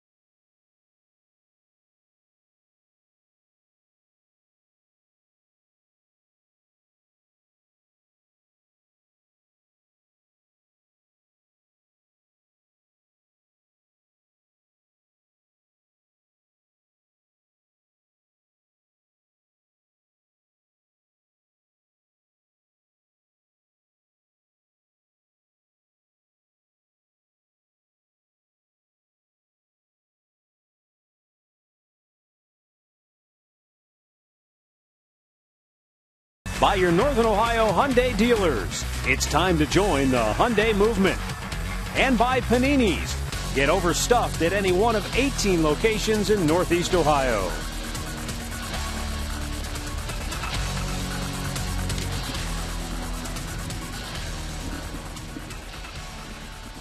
Six 0 New York, fifth inning. And a bunch of changes to tell you about for the Indians. The Verizon call to the bullpen brought to you by the Verizon 4G LTE. Rule the air on the most advanced 4G network in the world. You see Frank Herman coming on for the Tribe. He did an outstanding job down in Cincinnati with 3 gutsy, scoreless innings of relief work. Yeah, he's been pitching very well for him, given the opportunity. Lonnie Chisenhall has come into the game now at third base. Orlando Cabrera has taken over for Asdrubal at shortstop. And Asdrubal, after rolling that ankle, has left the ball game. But it appeared that he was fine, and this is more a case of precautionary. Get him out of there, make sure he's fine. 6-0. I think it's a great idea. The way this ball game has gone.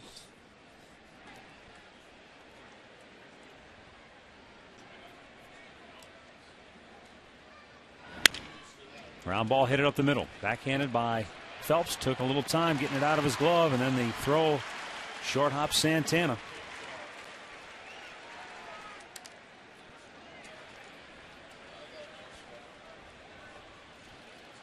Well, with this guy going down the line, I don't know if you're going to get him anyway. If that's just couldn't make the transfer. But Gardner's not even in the picture. He can get down the line with the best of them. You're right. Even if he fields it cleanly and gets rid of it, he's not going to get him. 11th hit of the night for New York. And Francisco Cervelli steps in here. Cervelli twice has hit the ball to shortstop, and both times he's reached on a fielder's choice. In fact, it was Cervelli's ball that really changed the face of this game in that second inning when they didn't turn the double play. And then it was his ground ball in the third inning that ultimately caused the injury of Asdrubal Cabrera. Cabrera went in the hole, fielded the ball, but when he twisted and threw, he came down and landed on that right ankle and appeared to roll it. Not severely, but enough that he was wincing. And enough so that they've taken him out of the game. 1-0 pitch. Chop foul.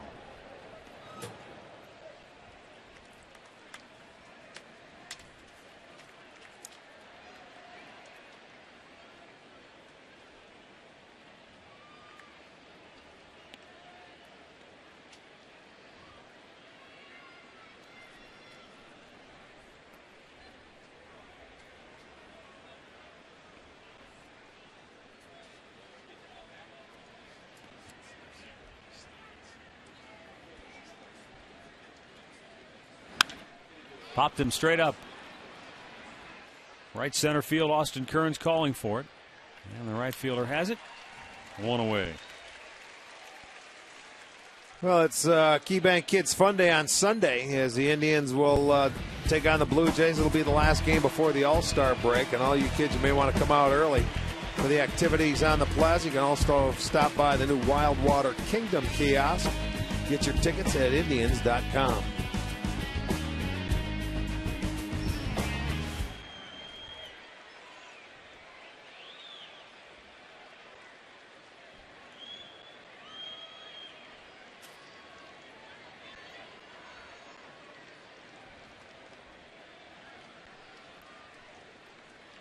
Derek Jeter tried to hold up. He went around. Jeter with an infield single in the first and a 2-run double in the second.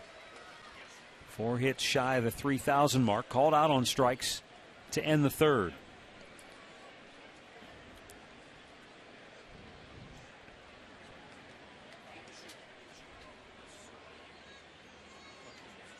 Runner goes. Throw down.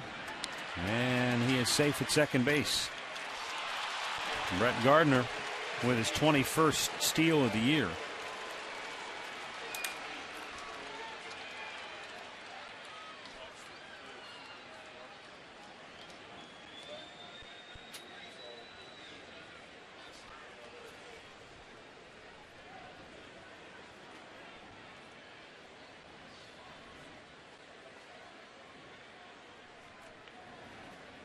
One count for Jeter.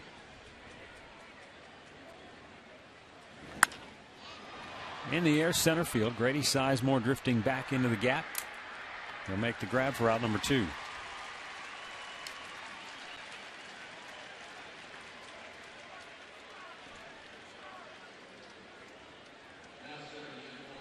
And with 2 down, that'll bring up Curtis Granderson. It's the guy you don't want to pitch to. He has clobbered 2 home runs tonight, giving him 25 on the year. He's pulled even with his teammate Mark Teixeira in the home run category. And as you said, he trails Joey Bats of Toronto, Jose Bautista. Yeah, but he's got, you know, for Granderson, he's got 61 ribbies. Excuse me, 62. There's the first one right inside the foul pole on the fastball. Then gets a changeup. Kept the hands back. Drilled that one. Has 3 RBIs, 2 more scores, so he's scored 76 runs. He's having some kind of year in that number 2 hole.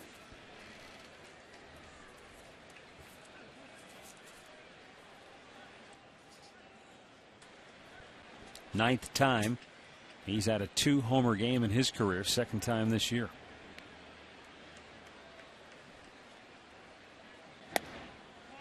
You know, to go with the 25 home runs, he has 7 triples. He also has 11 doubles, 15 stolen bases. So he's the total package, man. And can play solid defense in center field. I think when they traded for Curtis a year ago, they thought he was going to put up these kind of numbers last year. You know, in his first year over there, and he had some injuries. He just didn't do it. He had a good year. But, you know, after being there a year, he is really having a great season. You think they expected these kind of maybe not as dramatic? Yes, I did in that new Yankee Stadium compared. Yes, I do. I think they expect him to hit a lot of home runs. That's why they wanted to acquire him. A left-handed hitter that, you know, it's not like he tries to pull, because when we were in New York and we saw Curtis swinging the bat, he was taking base hits to left field. Remember, he had the 4 hits in a game.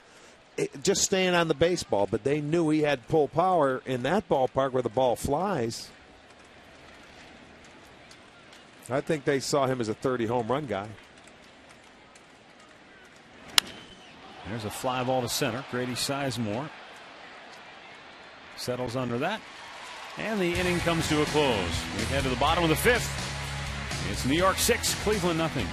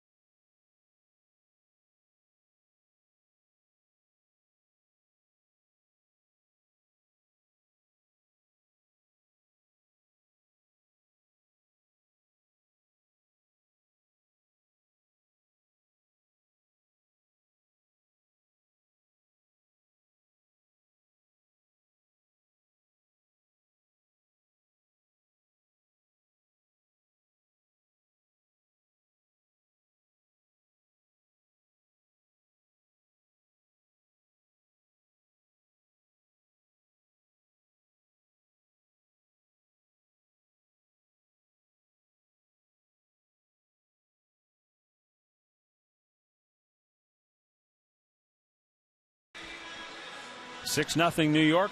Bottom half of the 5th inning, bottom third of the Indians order due up here. Austin Kearns will lead off. Then it's Cord Phelps and Lou Marson.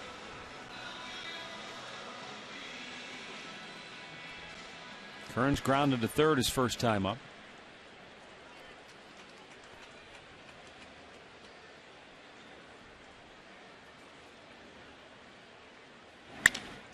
And a line drive single for Austin Kearns, and the Indians finally get a base runner with less than 2 outs in this game. I was going to say, there's a start. I mean, you can get that leadoff man aboard. 4 hits, 4 singles for the Indians. Our Northern Ohio Toyota dealers game recap. That was a huge play when they couldn't turn the double play, and then they couldn't get out of the inning. Derek Jeter made Carrasco pay with a 2-run double. Curtis Granderson with a 2-run homer. And the Yanks were off to the races. Find out about more than 30 Toyota offers available now at buyatoyota.com.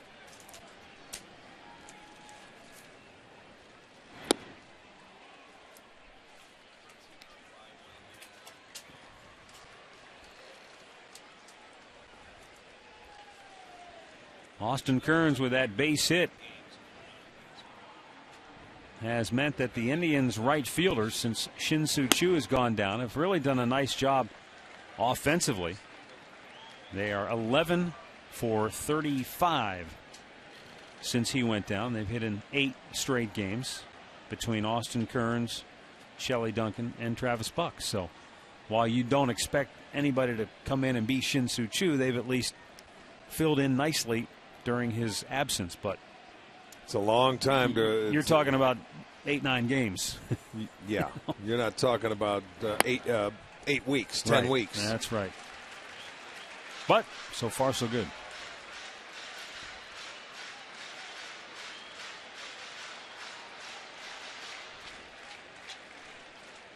Phelps fly to left in his first trip.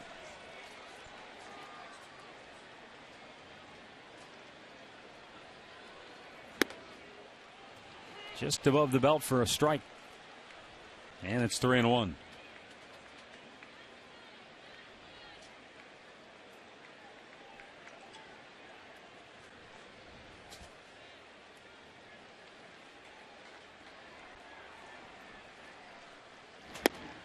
Ball 4. So here come the Indians with 2 on to start the 5th inning. And before Lou Marson steps in, let's step aside and check in with Al Pulowski. All right, Matt, let's head to Chicago where the White Sox are hosting Kansas City in the top half of the 2nd inning with a couple on. Alcides Escobar hits the gap in right center field. It's going to go for a triple. It'll score a couple. Kansas City takes a 3-0 lead. Chicago has 1 in the 2nd on a Konerko homer. Now 3-1, 3rd inning in Chicago. Back to you. All right, thanks, Al. You know, Paul Konerko has hit 22 home runs. He's 4th behind Batista and then Teixeira and Granderson. Lou Marson with a base hit inside the bag at first. His first time up. Sabathia goes inside, but it's down low for ball 1. And this crowd, it's had nothing to cheer about with regards to the Indians so far.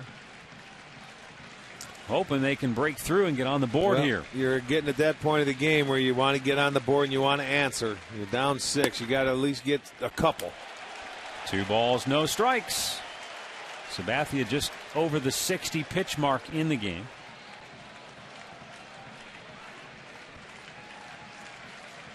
Marson with Michael Brantley to follow.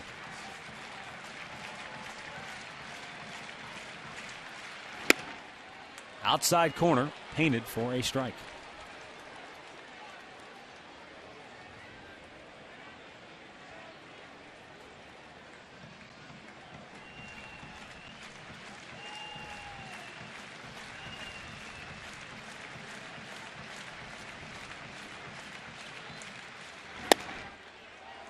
At the knees. Outside corner again, 2-2.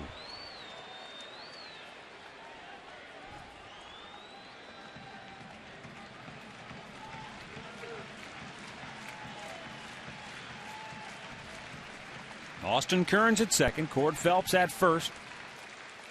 And now the 2-2. And he struck him out. 6 Ks for Sabathia, 1 down here in the 5th. He didn't mess around there. When he fell behind, he says, forget about it. I'm coming back with the heat. He threw 3 straight fastballs. Got him to swing up and away, and got strikeout number 6. He didn't mess around. Came right back with the heaters.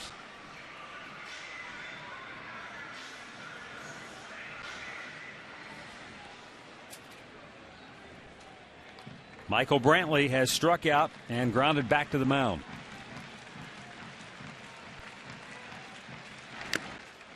And he fouled that pitch off.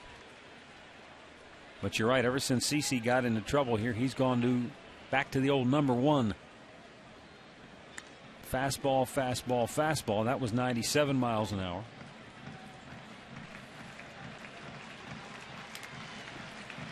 I mean, we've talked about it before. If he has his good fastball, and he did in his last start, you can go ahead and throw it to hitters. They're not going to, catch up to it. He's been getting ahead, and he's been able to put them away with the off speed. The slider's working. Look, he's just telling himself to slow it down. Sometimes when you go out there on those starts, you've got all your pitches and all your stuff. There's other days you have to search for it, but he doesn't have to search for it tonight because right from the start he was throwing all of his pitches for strikes.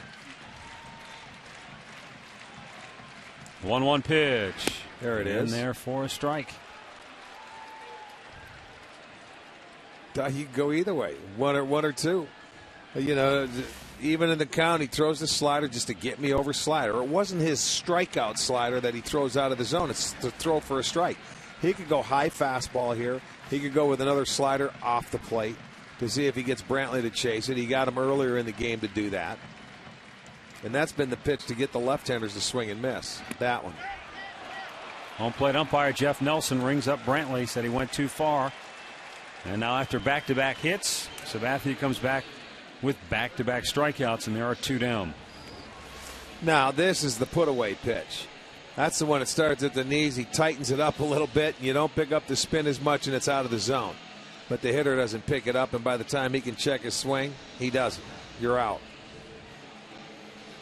Well, Lonnie Chisenhall did not have a good experience his first time up. It lasted all of 3 pitches, and Sabathia struck him out. With 2 on, 2 out here in the 5th. CC pulls a string on him on the first pitch this time, and Chisenhall was geared up for that fastball and couldn't hold up.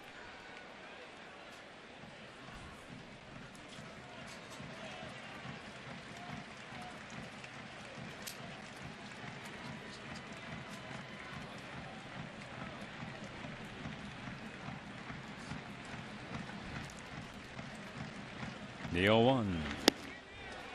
Same pitch, same result, nothing in 2 the count.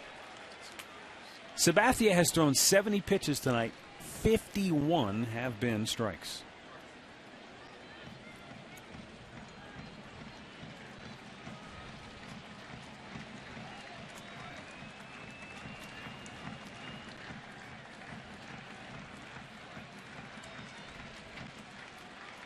The 0-2. He struck him out. That's 8 Ks for CC. And the Indians are on the short end of a 6-0 score.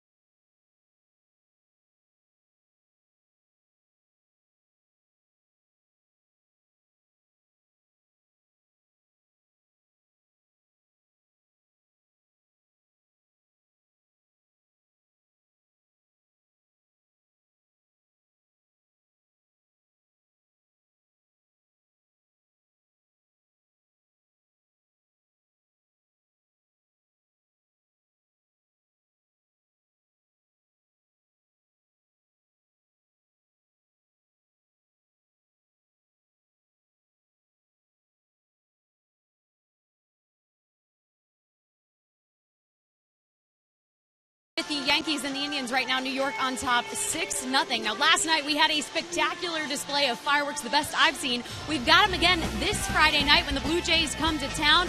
They will be set, the fireworks, to the top Billboard 50 songs. Also, student ID night. Half-price tickets for all you students out there. You don't want to miss it. Log on to Indians.com.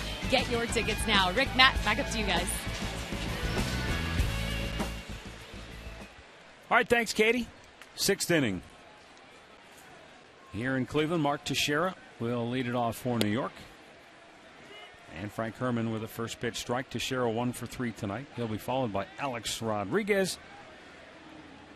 And then Robinson Cano.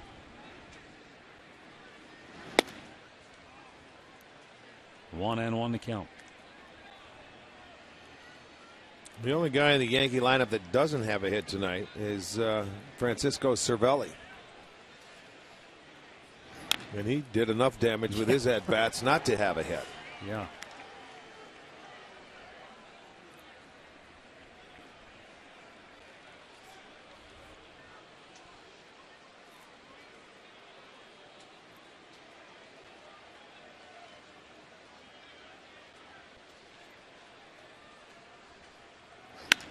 Teixeira went the other way and punched it through. Now that how pretty was that? Well, I'll tell you what, that's good hitting. It's keeping your hands back, and they had the shift on the infield, so that tells you he tries to pull everything right there. If you give that, and I guarantee you Teixeira would raise his batting average 40 or 50 points if he took that approach every once in a while to the plate. I understand he's paid to hit home runs and drive in runs, but that right there, that's pretty good.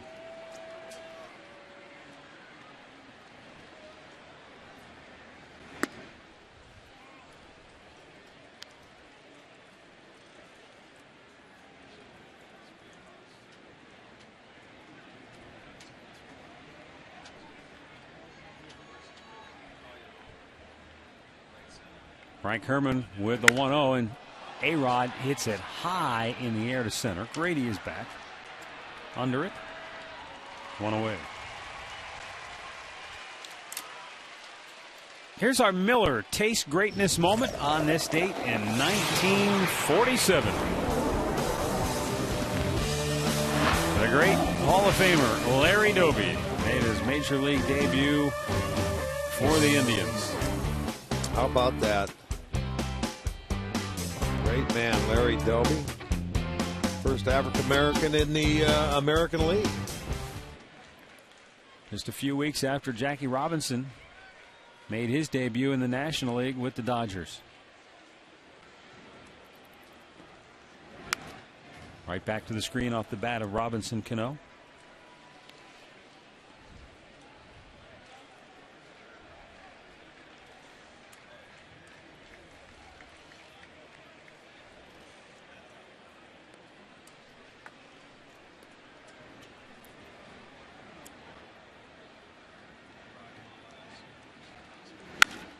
Robinson Cano sends one to center field, just like A-Rod did. And that's out number 2.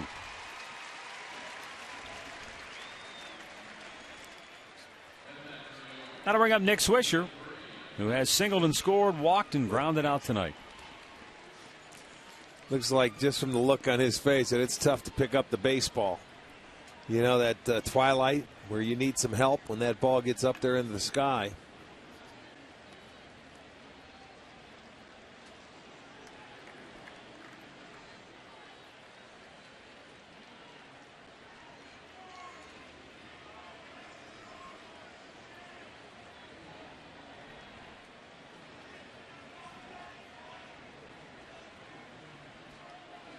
Nick Swisher takes a strike.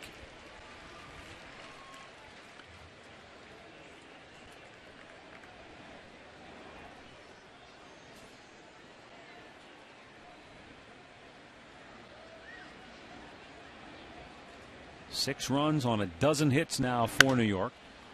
And another sky-high pop. Kearns has it. Makes the catch. Inning over. We move to the bottom of the 6th.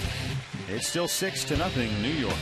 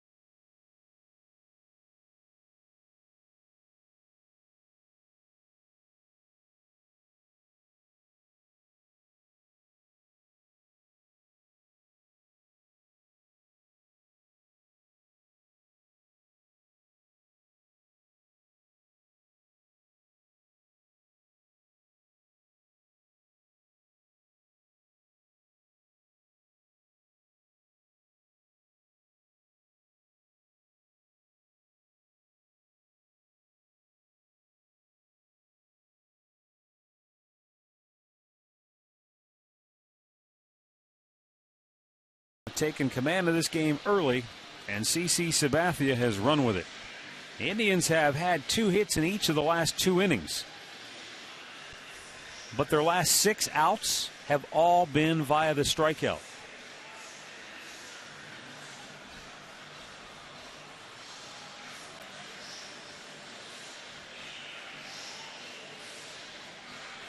How crazy is this story, Rick? Albert Pujols fractured his arm in the initial reports. He was out 4 to 6 weeks. He's back in 2. Activated tonight from the DL. Are you kidding me? I wonder why they call him Superman. He's not in the lineup, but he is available, they said, after being activated from the DL to pinch hit, according to Tony La Russa. Right now, they don't seem to be needing him. Matt Holliday's hit a couple of home runs for the Cardinals tonight. Well, could you imagine if he was having the kind of year he normally has with the way Berkman's playing over there and Halladay? St. Louis leading Cincinnati in that game 8-1. Hafner with a swing and a miss. 1 ball, 2 strikes.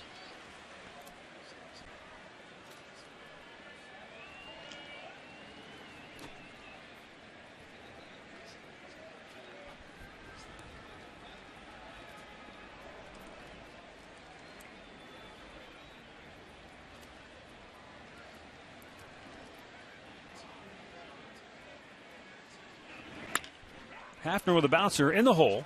Backhanded by Posada. Throws to Cece, who had to reach back for it. And still was able to make the catch and find the bag to beat Hafner for out number 1. Cece, one of the worst at covering first base. I mean, when he falls off to the third base side of it, if Hafner was any faster, he would have had a base hit. And you've got Posada at first base. He doesn't give him a good feed. It throws behind him.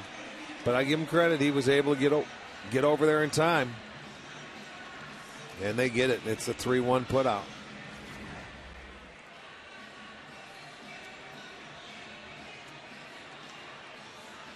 Those are tough shoes to fill over at first base when Teixeira is out of the lineup. I mean, he's the best in the business, I think, defensively. But, I mean, you want to give him a rest, and you keep his bat in the lineup, and you DH him, and you put Posada out there to give him something to do.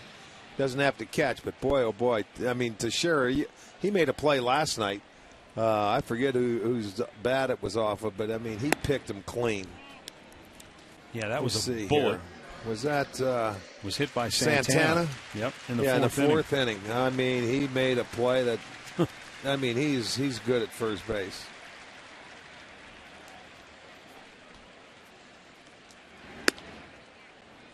In there for a strike to even the count. Official word from the Indians clubhouse: Asdrubal Cabrera with a right ankle sprain and listed as day-to-day.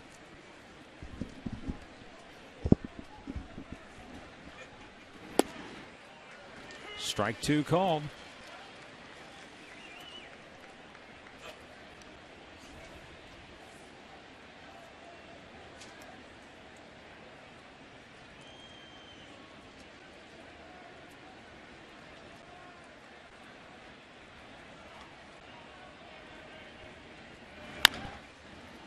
Slowly chopped to third. Alex Rodriguez throws on the run. 2 down. Let's get the answer to our AT&T trivia question at this time.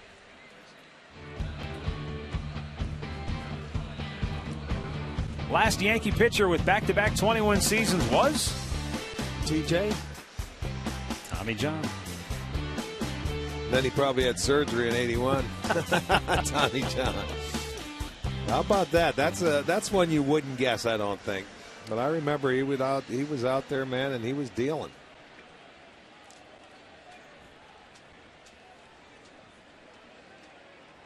Orlando Cabrera base hit his last time up. Takes the ball up high.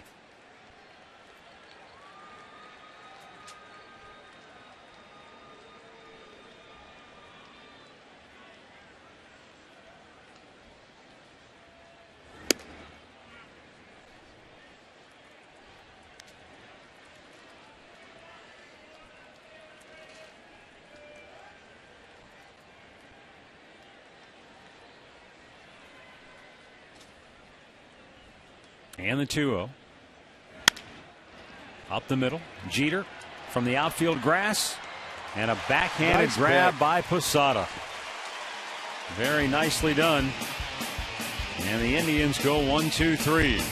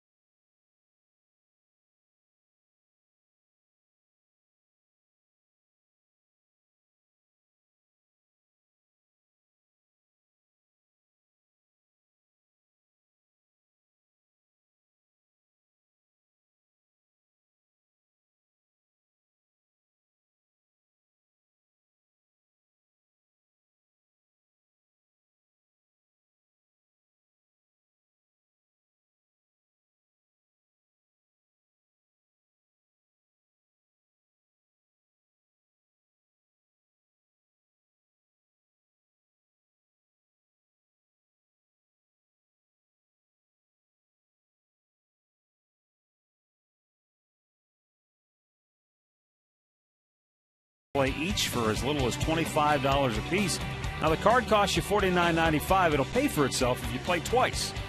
Log on to STOHD.com and visit the marketplace to purchase your Tee It Up Ohio golf card today.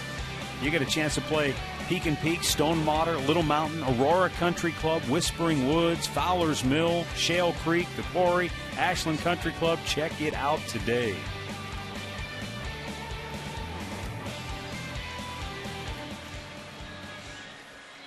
Indians go back to the bullpen as Josh Judy comes on now to work the 7th inning for the Tribe, on for the 3rd time this year. Frank Herman, 2 scoreless innings of relief, allowed 2 singles. It's all right. Frank continues to come out and pitch well. You know, when he came out in his last appearance in Cincinnati where they desperately needed him, I think Manny Acta forced him, 3 innings. He gave him 3 good innings, but that's 2 good innings today. Gave up a couple hits, but get him out of there. Didn't allow a run. It's another good kind of a confidence builder for Frank, because remember, he went 10, 11 days without pitching before that Cincinnati appearance. Yes. I mean, he's great. He goes out there and he works hard, and I'll tell you what, he's good to have on the staff.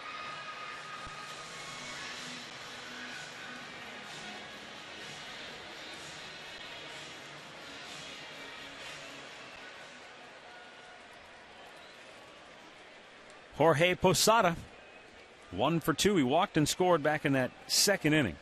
Since then, he has singled and struck out.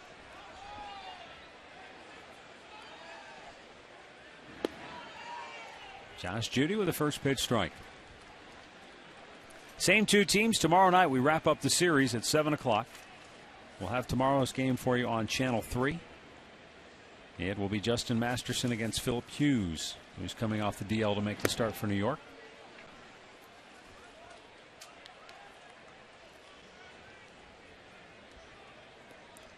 And then the Toronto Blue Jays roll into town beginning on Thursday night.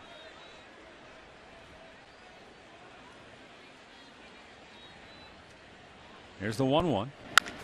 Bang foul past first base. And Justin Masterson seated behind Mitch Talbot. Talbot slated to start game 2 in that 4-game series against Toronto. The Indians will have to make a move to get a starter for the first game of that series. That'll be Fausto Carmona's turn in the rotation, and of course he's on the DL.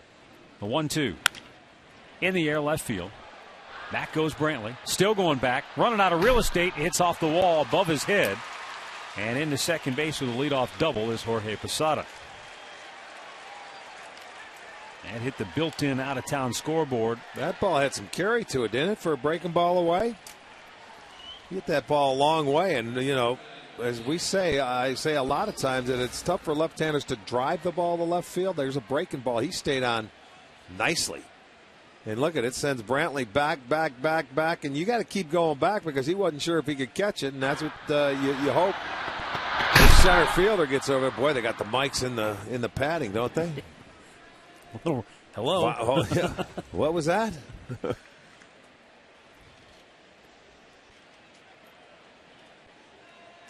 Third double of the night for the Yankees. They've got a couple of home runs, 3 doubles. That's their 13th hit. Brett Gardner, 2 for 2 with a walk.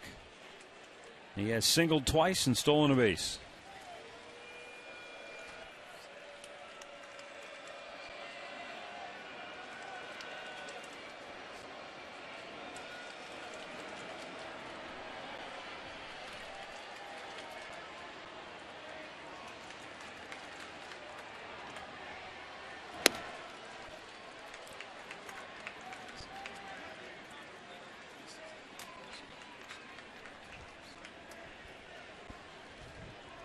Gardner 0 for 3 last night.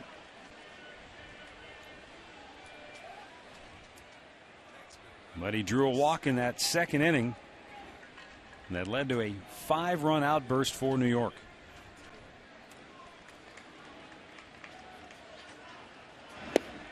Takes a strike, 2-1.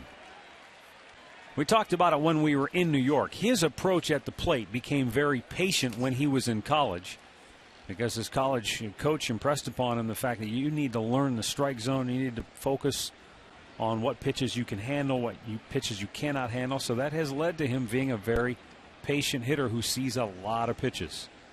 And a lineup filled with hitters who see a lot of pitches. You know what? This guy led the whole lineup in pitches seen last year. Mm-hmm. And you're thinking, okay, it's got to be somebody else, doesn't it? It's got to be one of those other hitters, Swish or Cano or, somebody else, but not this guy. But you're right. He's a pain. And here's the guy you have to throw strikes to. You don't want him to get on because he can run. He can steal a base. But he makes you work to get him out. He's a pain in the neck. The 2-2. Weekly tap to short. Orlando Cabrera can tag out Posada. When you're 39, you're 39, all right, I'm not getting any rundown. You got me. That's right. Oh, boy, that's it. He knew he ventured off too far. It just looked like he got turned around like, oh, where did I go? That's it. You have a brain cramp. You're not going to get there, okay? So you just sort of stay put. You're in scoring position. He said, that's all right. I made a mistake. We'll go in. It's 6-zip. First out of the inning brings up Francisco Cervelli.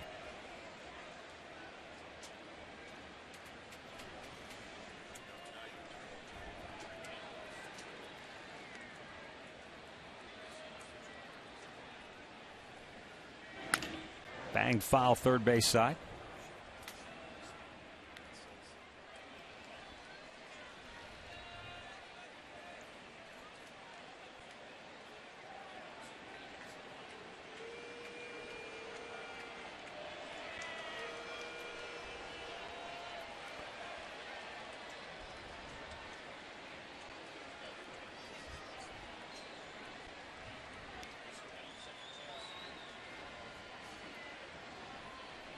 The 0-1 knocked him back off the plate.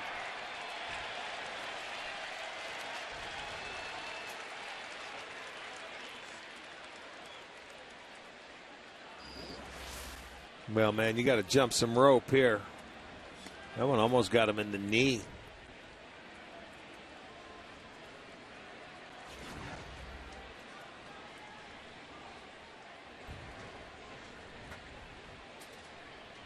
Josh Judy with 1 on and 1 out.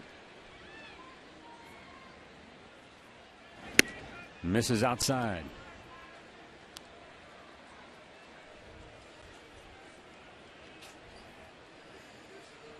Indians came in having won 4 of their last 5 and 5 out of their last 7. Definitely playing better baseball after that disastrous weekend in San Francisco.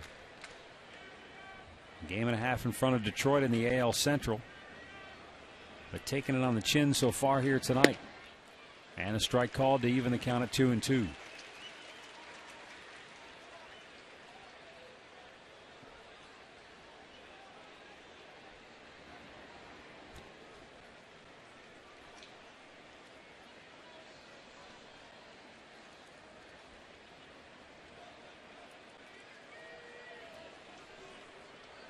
And the 2-2.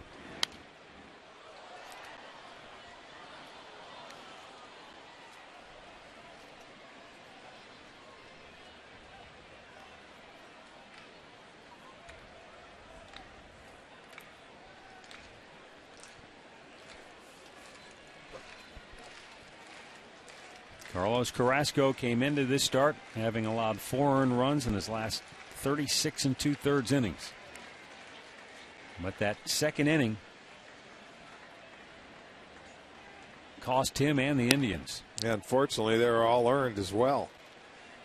It was a non-turned double play that let that inning continue, and they put 5 on the board. You got the ground ball to this guy. With the bases loaded and 1 out, they just couldn't turn the double play. The inning continued. 5 runs later, Carrasco was upset. Yeah, Jeter had a big 2-run double, Granderson a 2-run homer, and the Yankees were off and running. 3-2 pitch, runner goes, swung on and missed, throw to second, and he's safe. Looked like Bill Welke was going to punch him out and then changed his mind. It was close. 2 down. We'll take another look. Well, there he goes, and on the full count, he's going to take it. No, it was looked like he did get the hand in there. There's the throw. It's right there. That's close. Boy, I don't know. Now that I look at it again, yeah, look at Marson. I was looking to where Phelps took the throw, and he had the bag straddled. It was about letter high, the throw. I thought it was a good throw. It was awfully close. Goes as a second steal for Gardner, but you're right. That second angle looked like he had him. And now Derek Jeter, 2 for 4.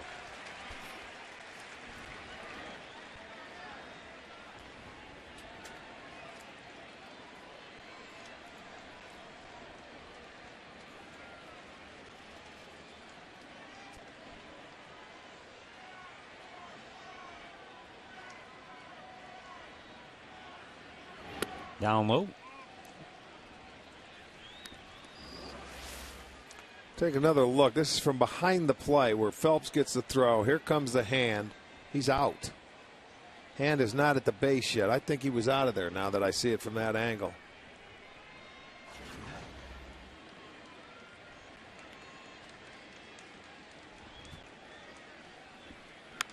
Jeter fouls it over the top of the dugout into the crowd.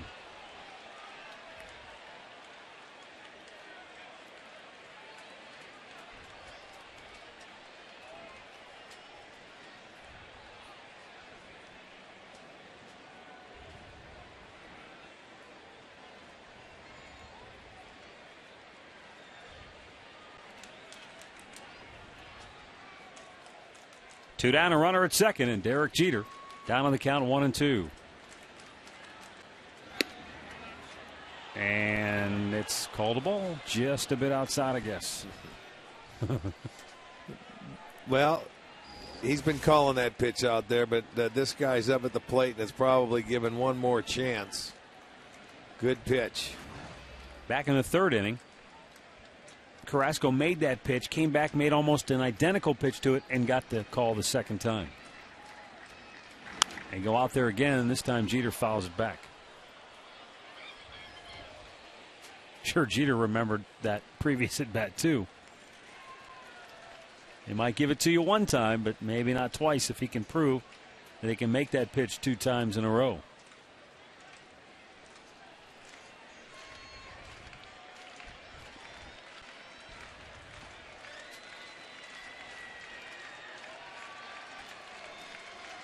And the 2-2. Fouled away again.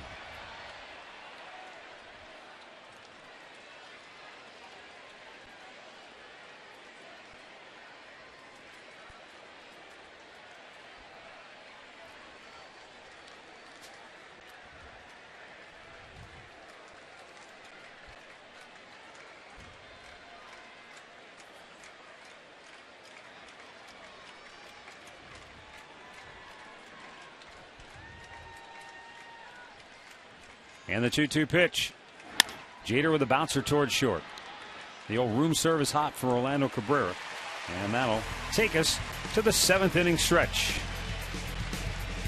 Time for the Cleveland Clinic 7th inning stretch. Indians fans, let's get up and move it.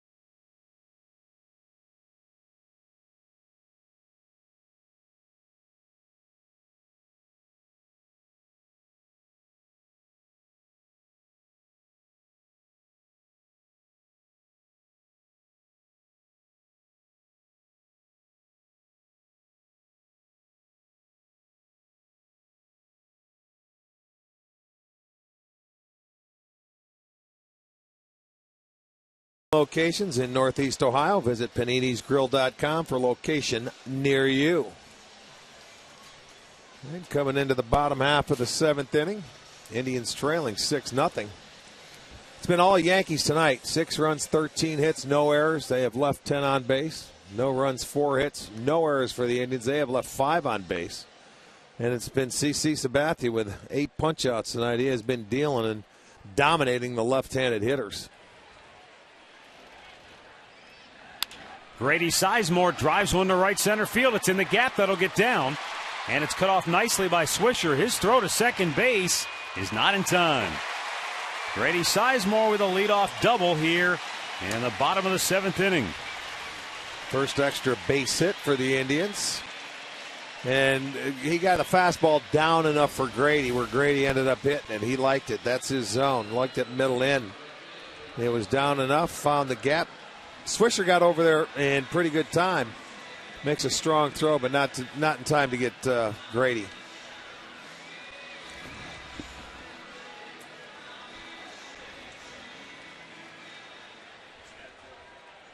Austin Kearns, 1 for 2, singled to lead off the 5th inning. Indians down a half dozen. They're looking for some kind of spark to get the offense rolling here tonight.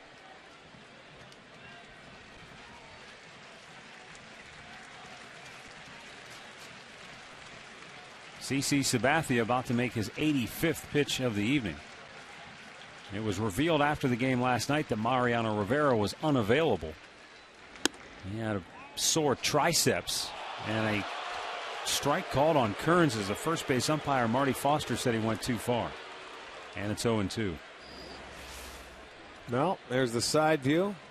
No. I don't think so. No. Bat barely left his shoulder. But the Rivera situation could be interesting should the Indians claw their way back in this thing tonight. The 0-2 swung on and missed. Rivera said afterwards it was no big deal. Girardi didn't seem to think it was a problem either, not having Rivera available last night. They didn't commit to saying he'd be right back in there tonight if needed, but be interesting to see. That's 9 strikeouts for Sabathia. And 1 down here in the bottom of the 7th as Cord Phelps comes to the plate. Third time this year he has recorded 9 punch-outs. Did it once against Baltimore, once against the Rockies 2 starts ago. Then he had the 13 strikeout game against Milwaukee. And now he's back at 9, and he may not be done yet as Chad Durbin gets loose up in the Indians bullpen.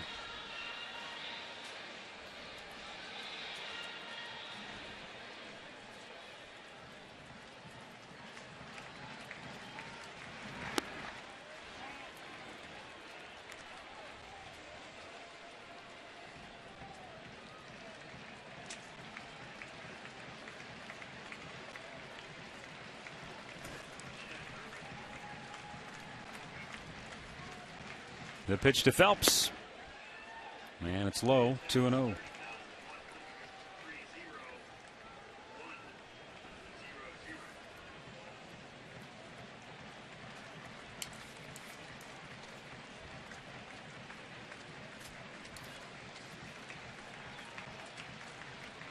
Sizemore at second with 1 down.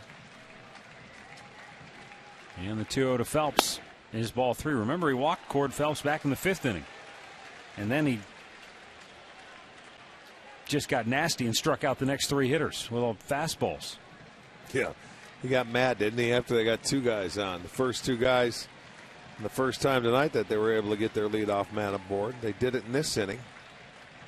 And he promptly went out and struck out Kearns. He walked him again. So 2 on with 1 out. And Lou Marson coming to the plate. He struck out his last time up.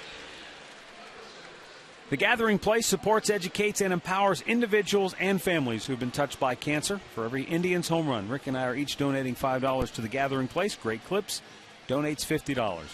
Our total raise so far this year over $4,600. For more information, visit touchedbycancer.org. Great needs, great deeds, Great Clips.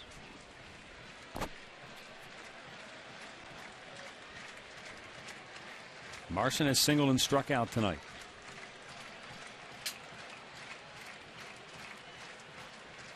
.90 pitches for CC Sabathia. Activity in the Yankee bullpen.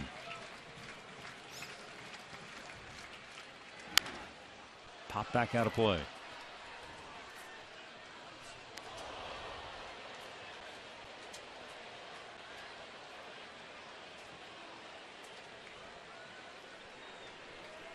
Minnesota leading Tampa Bay 3-1 there in the 5th inning. At Target Field, where the Twins are trying to make it 3 straight wins. White Sox Royals tied at 3 in the 4th. Tigers are out in Anaheim later. 1 ball, 1 strike. You said it. What a game that's going to be out in Anaheim. You got Verlander against Herron. Yeah. Be a good matchup, no question.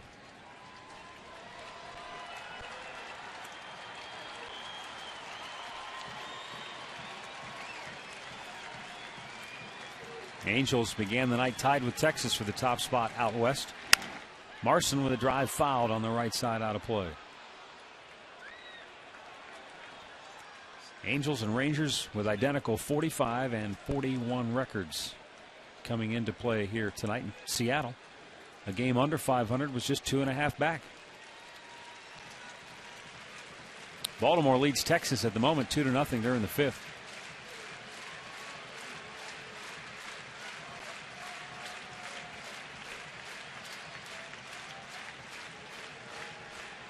The 1-2 to Lou. Down low and the count evens up.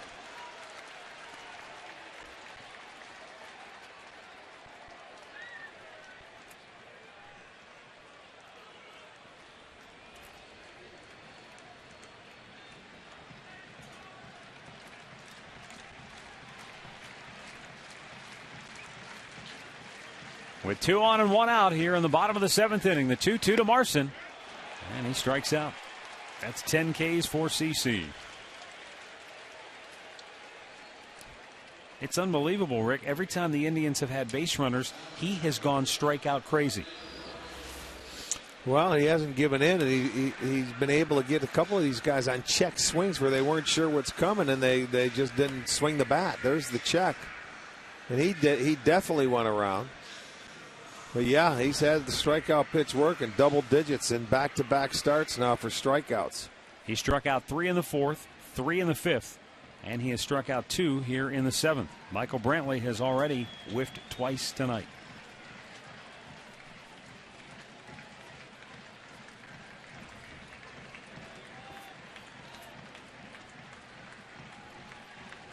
Indians try to break through and get on the board. It's outside, ball 1. He did not go.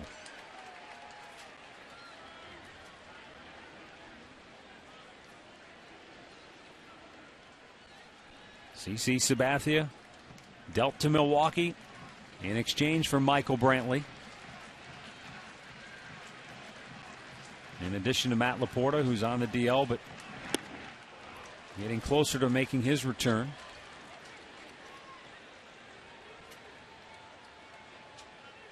Boy, those lefties have had a tough time with his breaking ball tonight, haven't they? A lot of swings and misses. I mean, they haven't even fouled them off. Remember, we watched CC for a long time. He had a tough time with left-handed hitters. Well, sometimes he could not throw that breaking ball for a strike.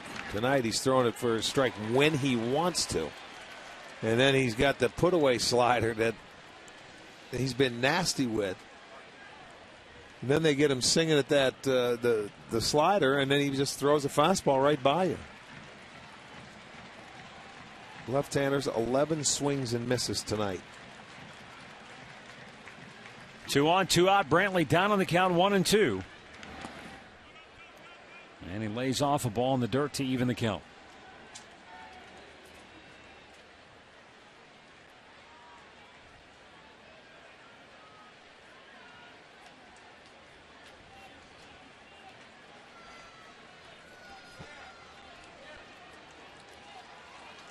This will be the 100th pitch of the night for CC Sabathia.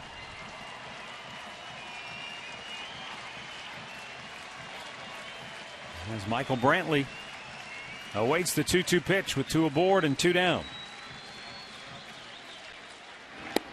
And he's out looking. 11 Ks for CC Sabathia. He has struck out 3 Indians in 3 different innings tonight.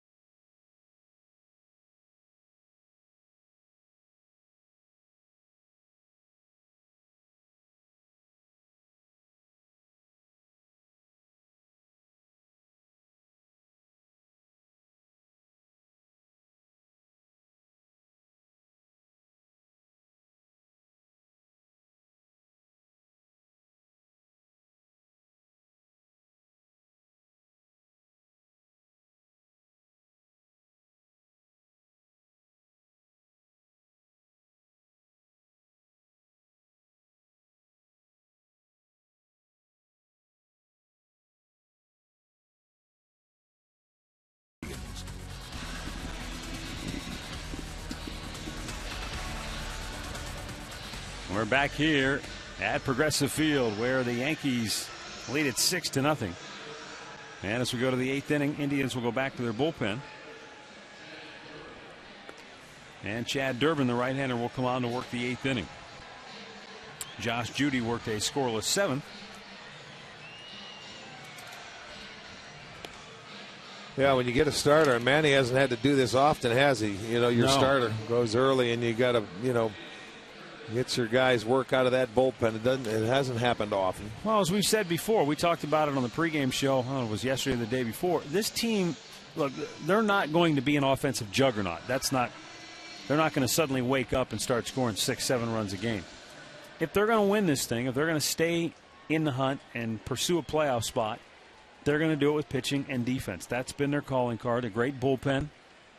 And for the most part, very good starting pitching. They've had some injuries they've had to deal with. They've had their moments in the rotation. But, you know, all in all, they've been pretty good. Well, I think any time you see a team, and it happens to every one of them, your starter gets out of there early, you could be in for a long night. This Curtis guy Granderson continues. With a base hit, his 3rd hit of the night, to go along with the 2 home runs. And we'll look at our box score, brought to you by Northern Ohio Hyundai Dealers, introducing the Hyundai Assurance Trade-In Value Guarantee.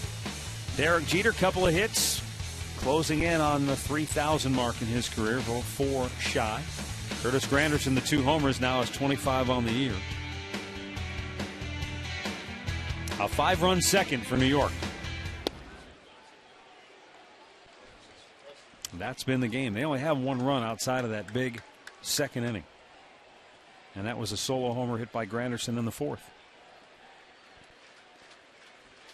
So again, it just goes to show you just how big not getting out of that inning when they had the chance was.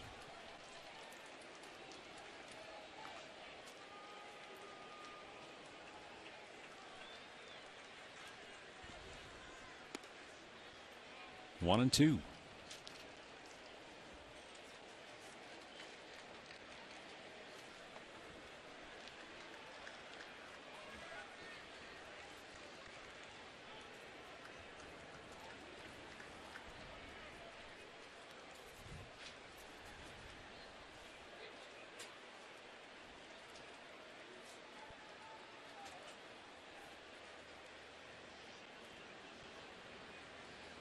Two-two pitch.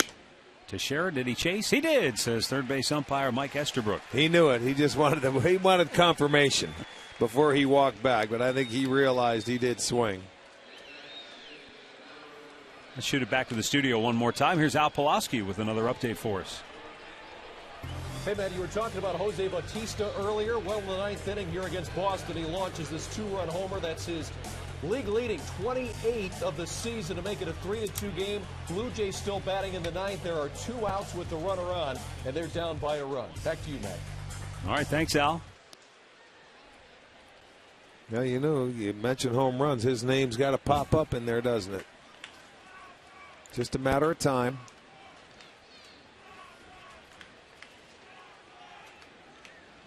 Durbin with a 1-0 pitch. Straighten him up. Inside 2-0. You know, and for me, that guy, he's doing it without a lot of protection in that lineup. Where you could actually, that's why he leads the league in walks. I believe he has, 70 walks.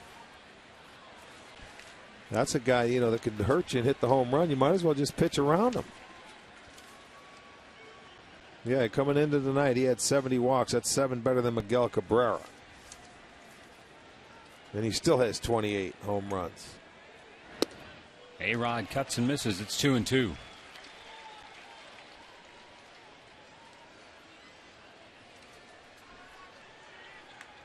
And they will be in here for a 4-game series on the weekend.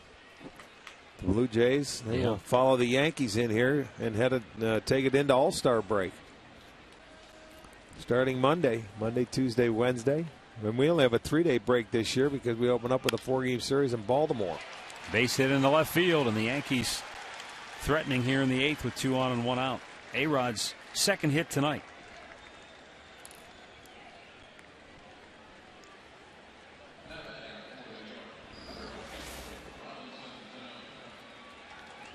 You know, it was that low cutter, but he just gets enough of it and finds the hole. You want him to hit it on the ground. You're looking for a double play ball, but it finds the hole.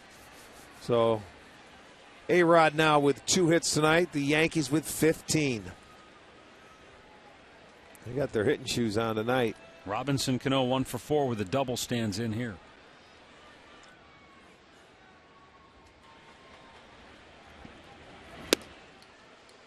And a fastball strike.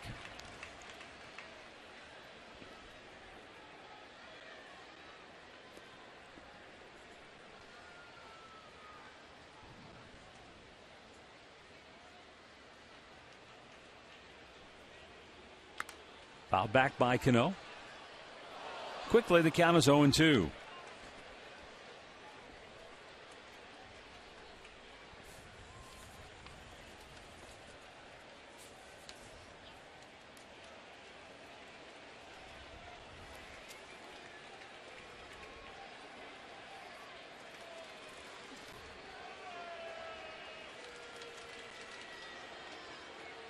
Chad Durbin, 2-strike pitch, bounced it in front of the plate. You know, with Toronto coming in here, I was thinking back, that's one of the few times this year where the Indians lost the first game of a series and still came back to win it.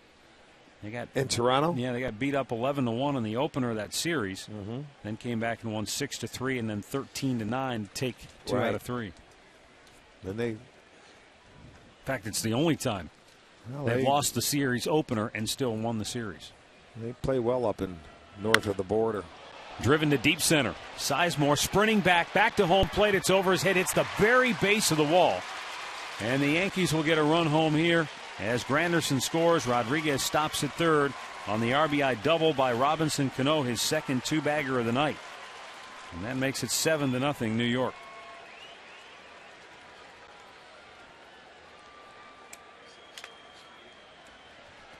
Well, sometimes it just looks like he leans on the ball. Well, I mean, he just, look at that, out over the plate. Look at how nice and easy he hit that ball, and that ball jumped off the bat. See how effortless, great balance, hands coming through, a lot of hands, and it just jumps off his bat over the head straight away. That only went 400 feet on a line. He looked like he thought he hit it out initially.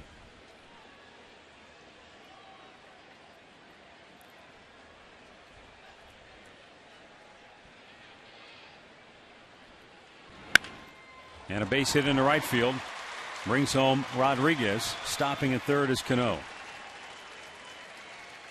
So the Yankees plate 2 more here in the 8th. And they lead at 8-0. And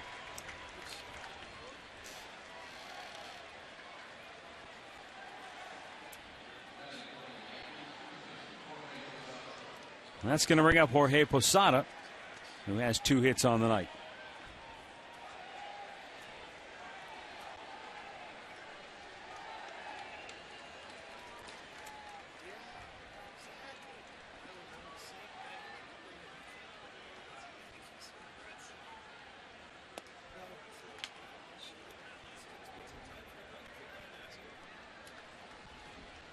Eight runs on 17 hits for New York.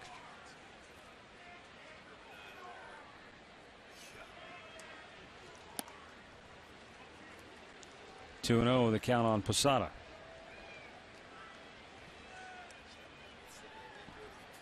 You know, it's interesting. Chad Durbin has been a Jekyll and Hyde type pitcher this year. When he's come into a situation where there are runners on base, it's like he comes in and he gets nasty and he gets after it and he does not give in. When he comes into clean innings sometimes, particularly in games that are either lopsided or one way or the other. For me, this is not a good matchup for Chad Durbin, the New York Yankees. And I'm going to tell you why, because Chad doesn't throw at 92, 94.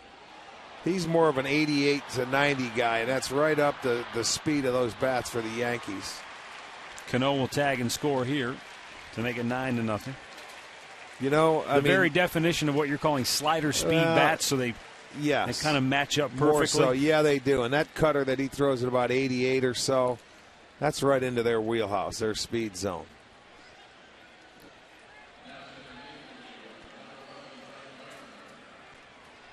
Well, the Yankees have tacked on 3 here in the 8th inning to make it 9-0. And now Brett Gardner coming to the plate is 2 for 3 tonight with 2 singles, a walk, and 2 stolen bases.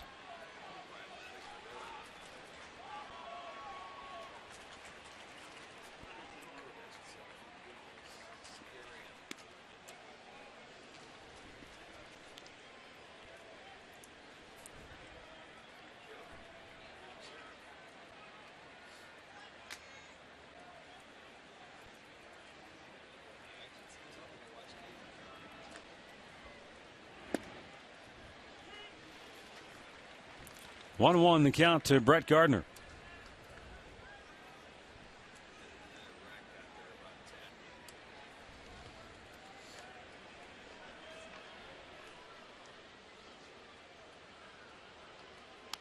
Out of play. 1 ball, 2 strikes.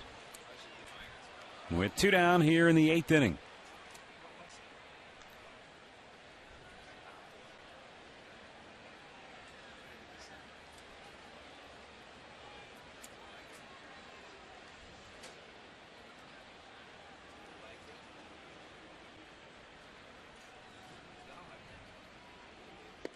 Got him looking, and that'll end the inning. New York tacks on 3, and we go to the last of the 8th. Tribe down 9-0.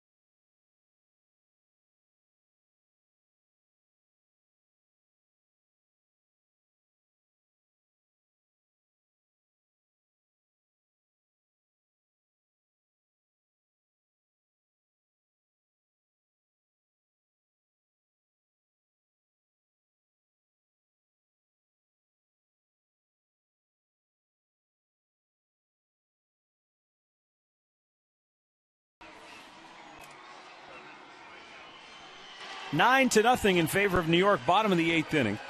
And CC Sabathia's night is over. Lance Pendleton will come on now to work for the Yankees in the 11th time he's appeared in a game this year. And over at third base, Ramiro Pena has come on for Alex Rodriguez. For the Indians, we'll see Lonnie Chisenhall, Travis Hafner, and Carlos Santana here in the 8th.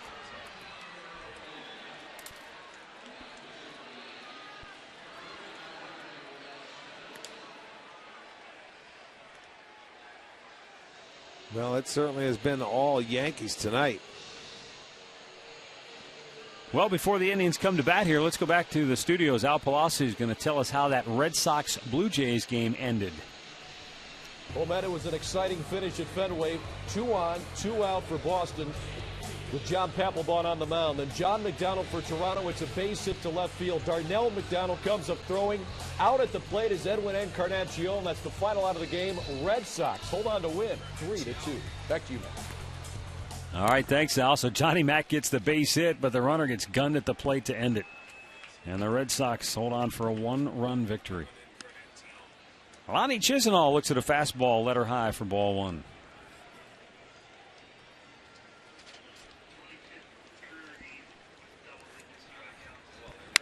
Chisenhall drives one deep right field. It's over the head of Swisher, and he reached his back and couldn't come up with it. And Lonnie Chisenhall into second base with a leadoff double. That ball was scorched.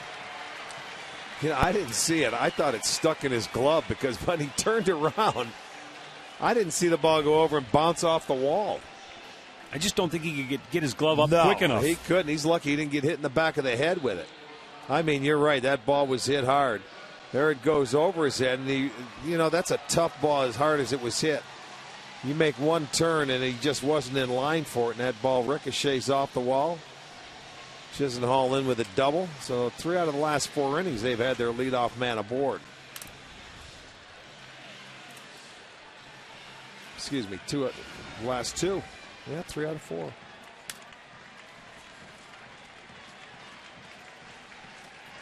Travis Hafner 0 for 3 tonight. And it's down low for ball 1.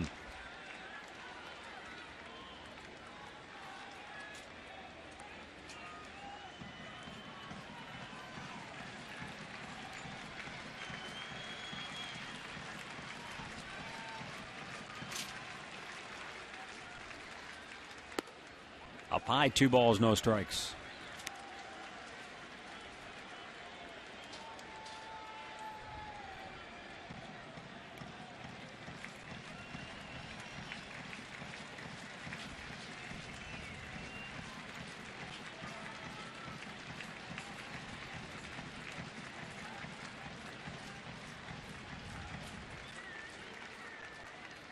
Hafner shoots it back.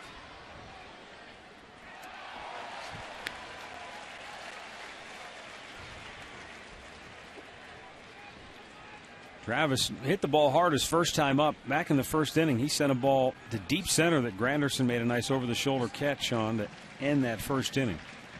And he struck out in the 4th when CeCe looked like he dialed it up a couple of notches against him. And he bounced out to first base in the 6th. Broke his bat. Pendleton fumbles with it and flips to first, 1 away.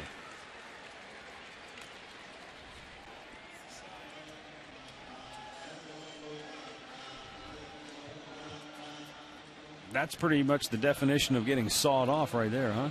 Yes, sir. I mean, the barrel came right out towards the pitcher himself, Pendleton. The ball was right at him. The barrel had a little to his left. Yeah, that's getting deep in the kitchen right there.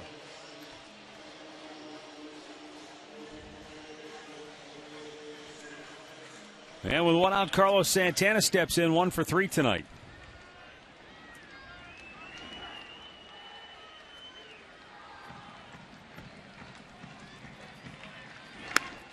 Fastball outside for ball 1.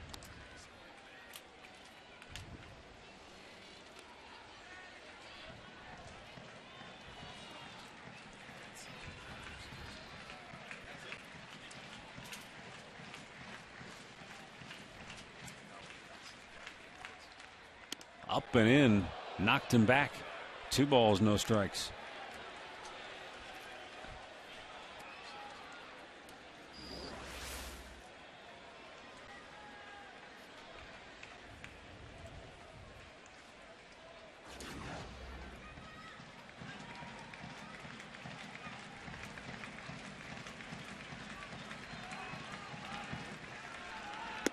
Swung on and missed, 2-1.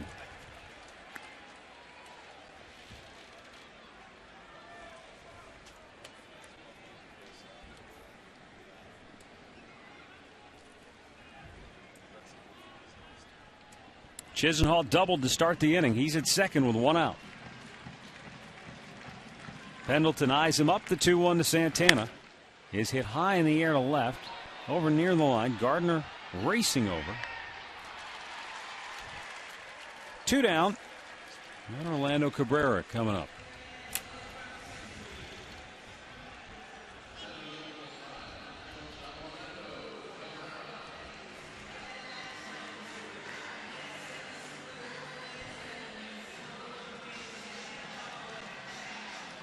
Kansas City leads Chicago 5-3. They're in the 6th inning in the Windy City. Tigers in Anaheim will be underway in about 5 minutes.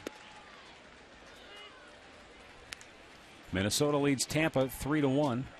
They're in the 7th inning at Target Field.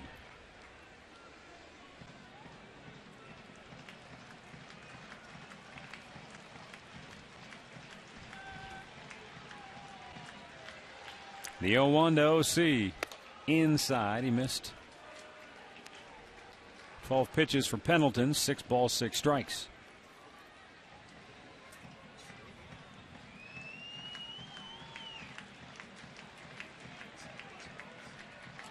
And the 1-1 swung on and missed. I'm not sure if something happened to the catcher. Apparently, got a it did. foul tip on the finger. Is that on his glove hand, though? Yeah, sure is. When you watch the follow through, it's a long swing, and we watch this a number of times that you don't see it unless we show the replay. Watch the follow through right on his finger, man. Right, the one that's sticking out. Watch again. There it is. He's holding it, and boom, that's just that long backswing. You let go of the bat, and you hit the catcher. Man, that hurts.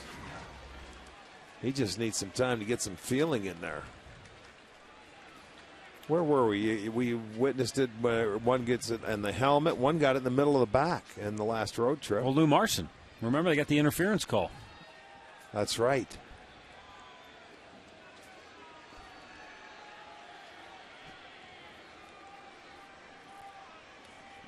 All right, it looks like he's all right.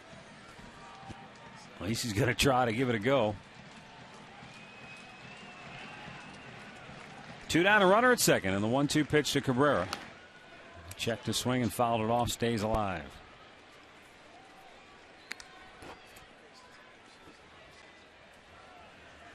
Right-hander Joe Smith up in the Tribe bullpen under the watchful eye of Scott Radinsky. He'll be coming on to pitch the 9th.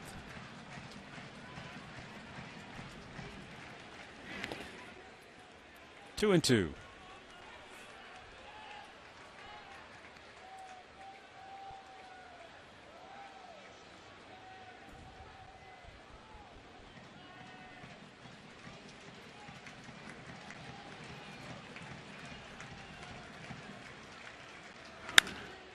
Hit in the air to center. Granderson circles under it. And the leadoff double does no damage. The Indians blanked through 8.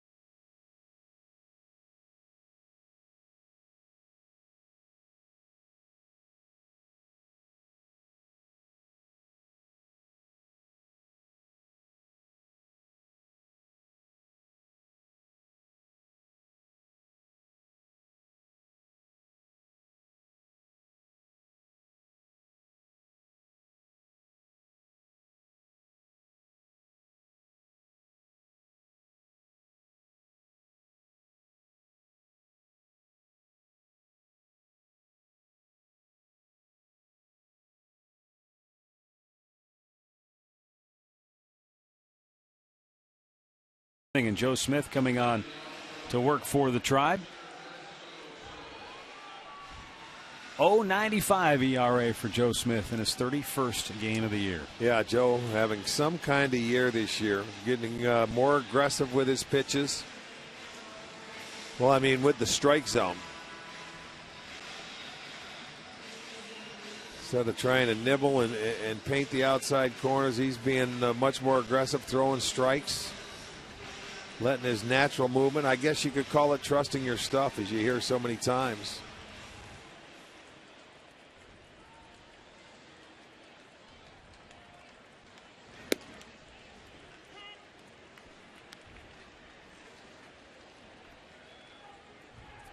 You go figure, Cervelli just got hit on the finger. He's going to be the leadoff hitter.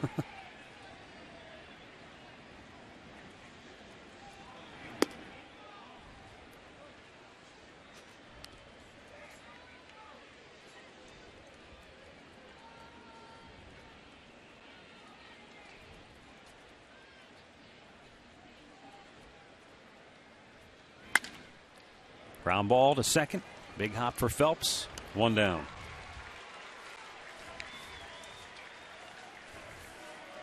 Stay tuned after the game for the Conrad's Tire Express and Total Car Care postgame show on STO. Conrad's, home of the lowest everyday tire price guarantee.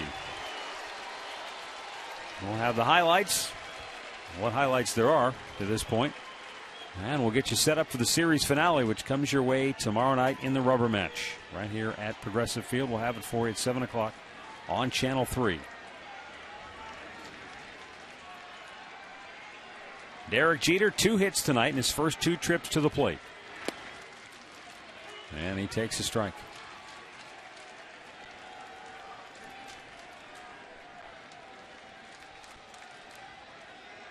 No Yankee has ever amassed 3,000 hits as a Yankee.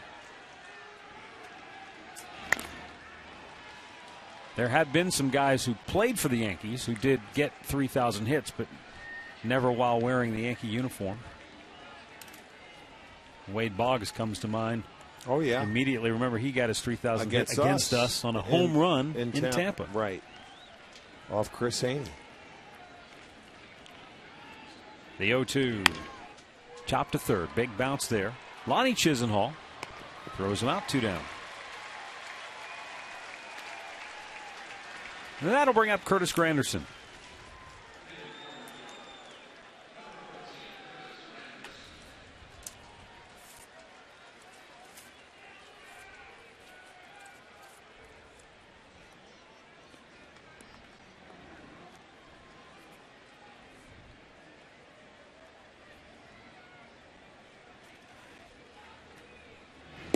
Granderson looks at a first pitch strike.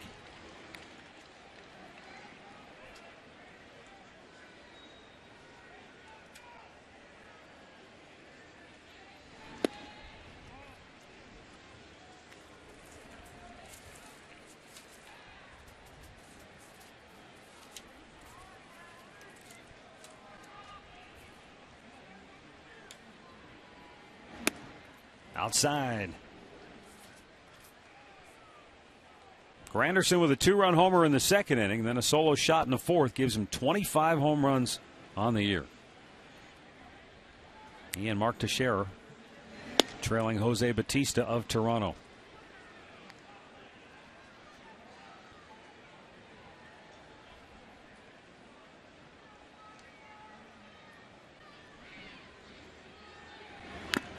Foul tip, full count.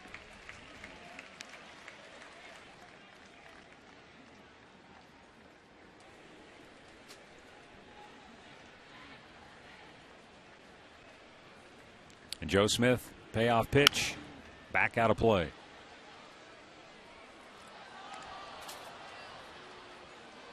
Baltimore beating Texas tonight 2-1. They're in the 7th inning down in the Lone Star State. Not sure who's on the hill there for Baltimore, but that's a pretty good job to hold that offense to 1 run in their home park. Mitch Adkins, I'm told, is the pitcher for Baltimore tonight. Granderson with a liner to short, and that's caught by Cabrera to end the inning. The Yankees go 1-2-3, and we go to the bottom of the ninth.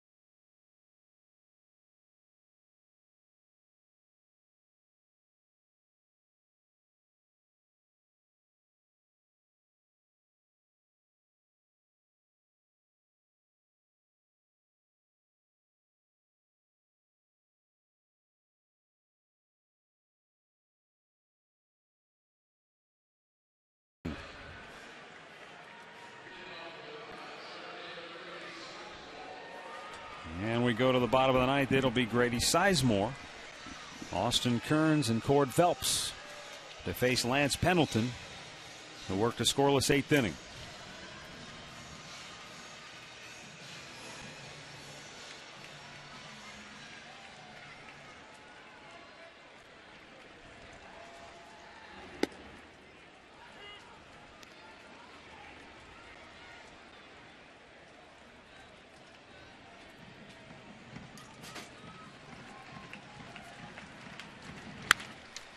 Bouncing ball single for Grady Sizemore, his second hit tonight. And a leadoff hit for the second straight inning for the Indians.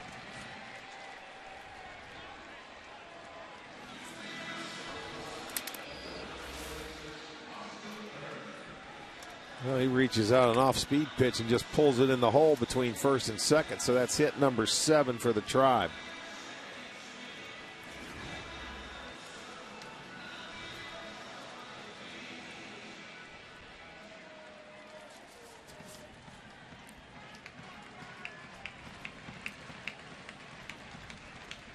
They're trying to get on the board so they don't get shut out for the 10th time this year. They have been shut out 9 times.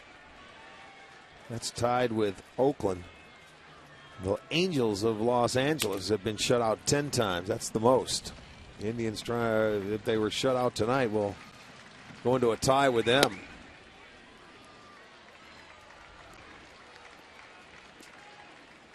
Two balls, no strikes for Austin Kearns.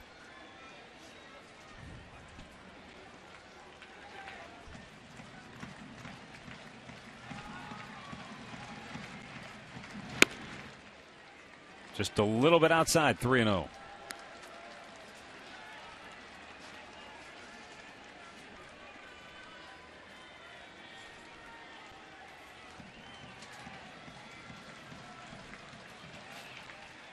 Almost hit him there, ball 4. So the first 2 Indians aboard here in the bottom of the 9th inning.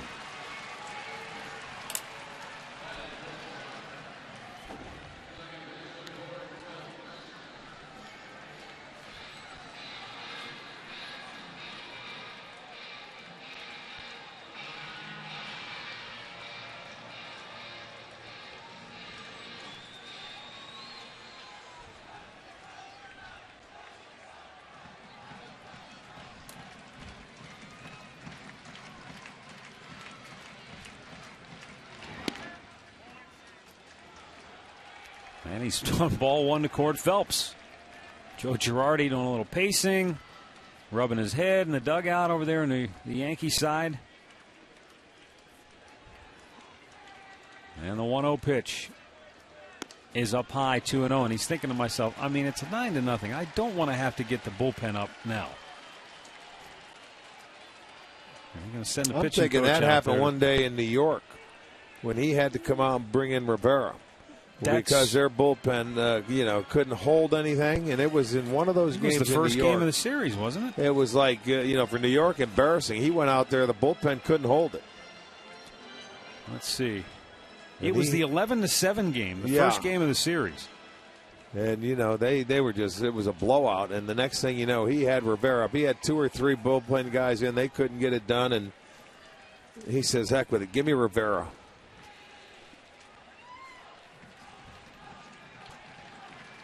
But, I mean, when you look at the teams, these 2 teams have the best bullpens in the league. As far as the ERA goes, they were rated 1 and 2. Yankees number 1, the Indians bullpen number 2.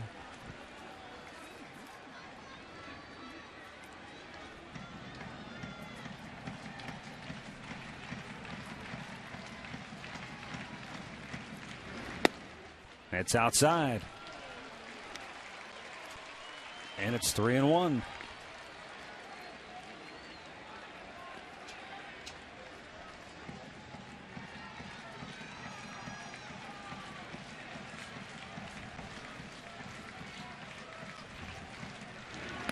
He walked him.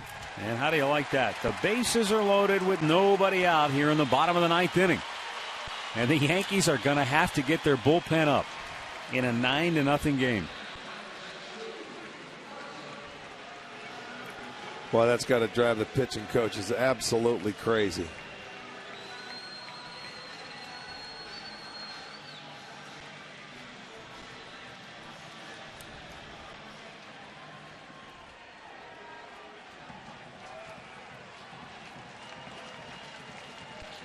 Left-hander Boone Logan is up, and that's ball one outside to Lou Marson. It's amazing sometimes. You just wonder what happens to a pitcher when all of a sudden they just lose it like this. I mean, he worked the 8th inning. Yeah. It's not like he's coming in cold and having trouble getting loose. Seems like the harder you try, the worse it gets as far as throwing strikes. Start aiming it. Up and in, almost hit him. You start making little adjustments. It's just not free and easy anymore. You are all over the place.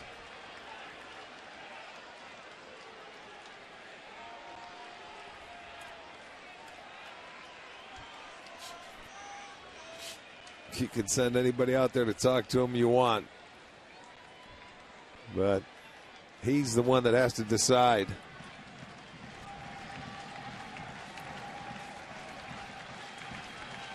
Now the 2-0 from Pendleton.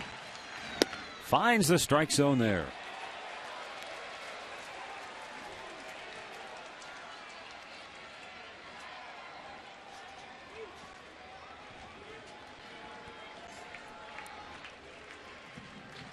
And the 2-1 pitch. Marson with a high drive to center. Granderson back.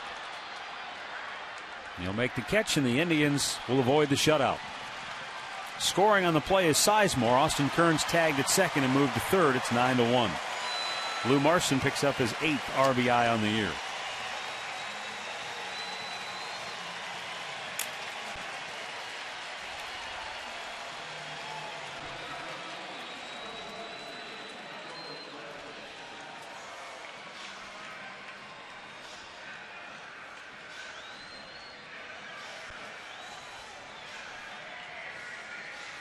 That'll bring up Michael Brantley. 0 for 8 in the series. He had a rough night against CC Sabathia, who struck him out 3 times. Takes a strike.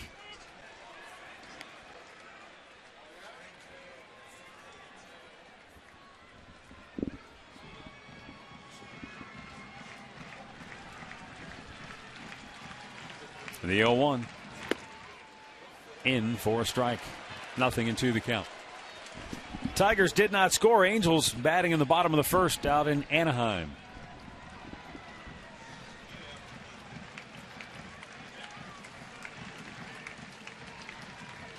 The 0-2.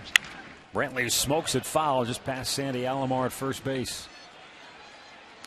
The old matador pose there. Well, yeah. Get out of the way. Oh boy, Santos. He's over there holding the players' gloves and whatever else they wear on their body when they hit.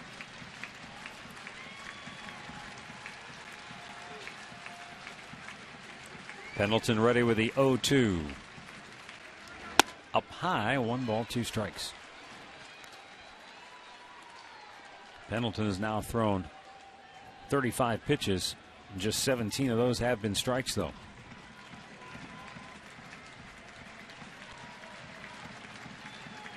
With runners at first and third and 1 out, the 1-2 to Brantley is down low to even the count.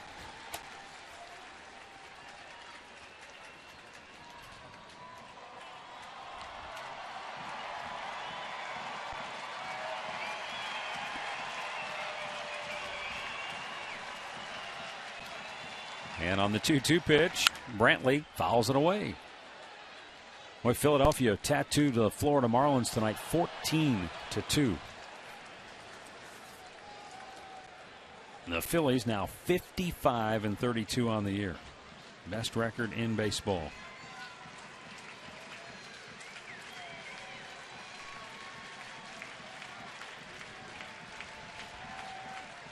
Pendleton. The 2-2. And again, it's fouled right back.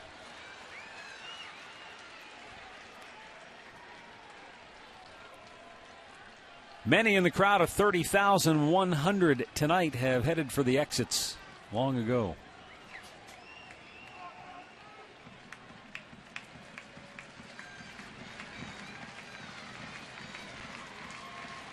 And the 2-2.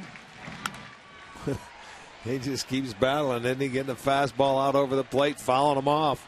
You know, this is what I think Michael Brantley could use, an at-bat. where you sit up there, you see about 10 pitches, you foul off pitch after pitch just to get your eye back, because he's been struggling a little bit at home plate. The 2-2. Line to center. It's right at Granderson for out number 2. He'll get an RBI, though, as Kearns comes home. It doesn't result in a hit, Rick, but he hit the ball hard and saw a lot of pitches, so you do hope that that's the kind of AB that will get him turned around. And with 2 in and 2 down, the runner at first, Lonnie Chisenhall, will come to the plate.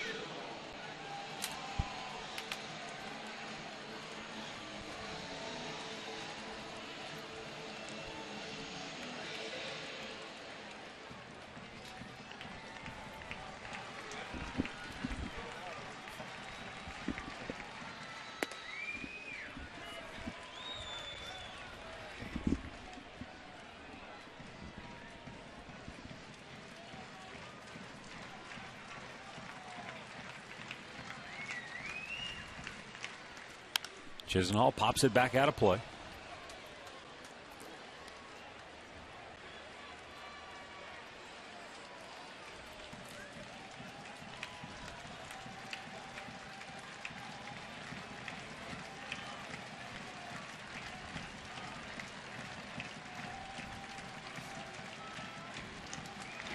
Breaking ball, he lays off. It's a ball and 2 strikes.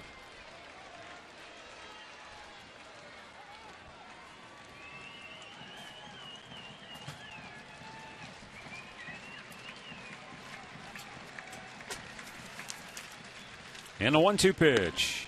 Struck him out looking to end the game. So the Indians avoid the shutout, but they fall 9-2 to even the series at a game apiece.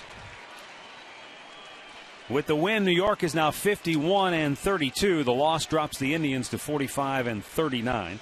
CC Sabathia gets the win. He's now 12-4. The loser is Carlos Carrasco. He drops to 8-5. Time now for our play of the game, brought to you by Key Bank. Thanks for making Key Bank the #1 bank in Northeastern Ohio. Well, you go back to that inning, Matt, in the second inning, bases loaded and 1 out. Out of the inning for Carrasco. If they turn it, they cannot turn it. And they end up going on to score 5 runs, and then it ended up being an all-Yankee affair. But I think that was the big play in the ball game that opened up the floodgates. They continued to hit their way through it. So that's going to be our Key Bank key play of the game.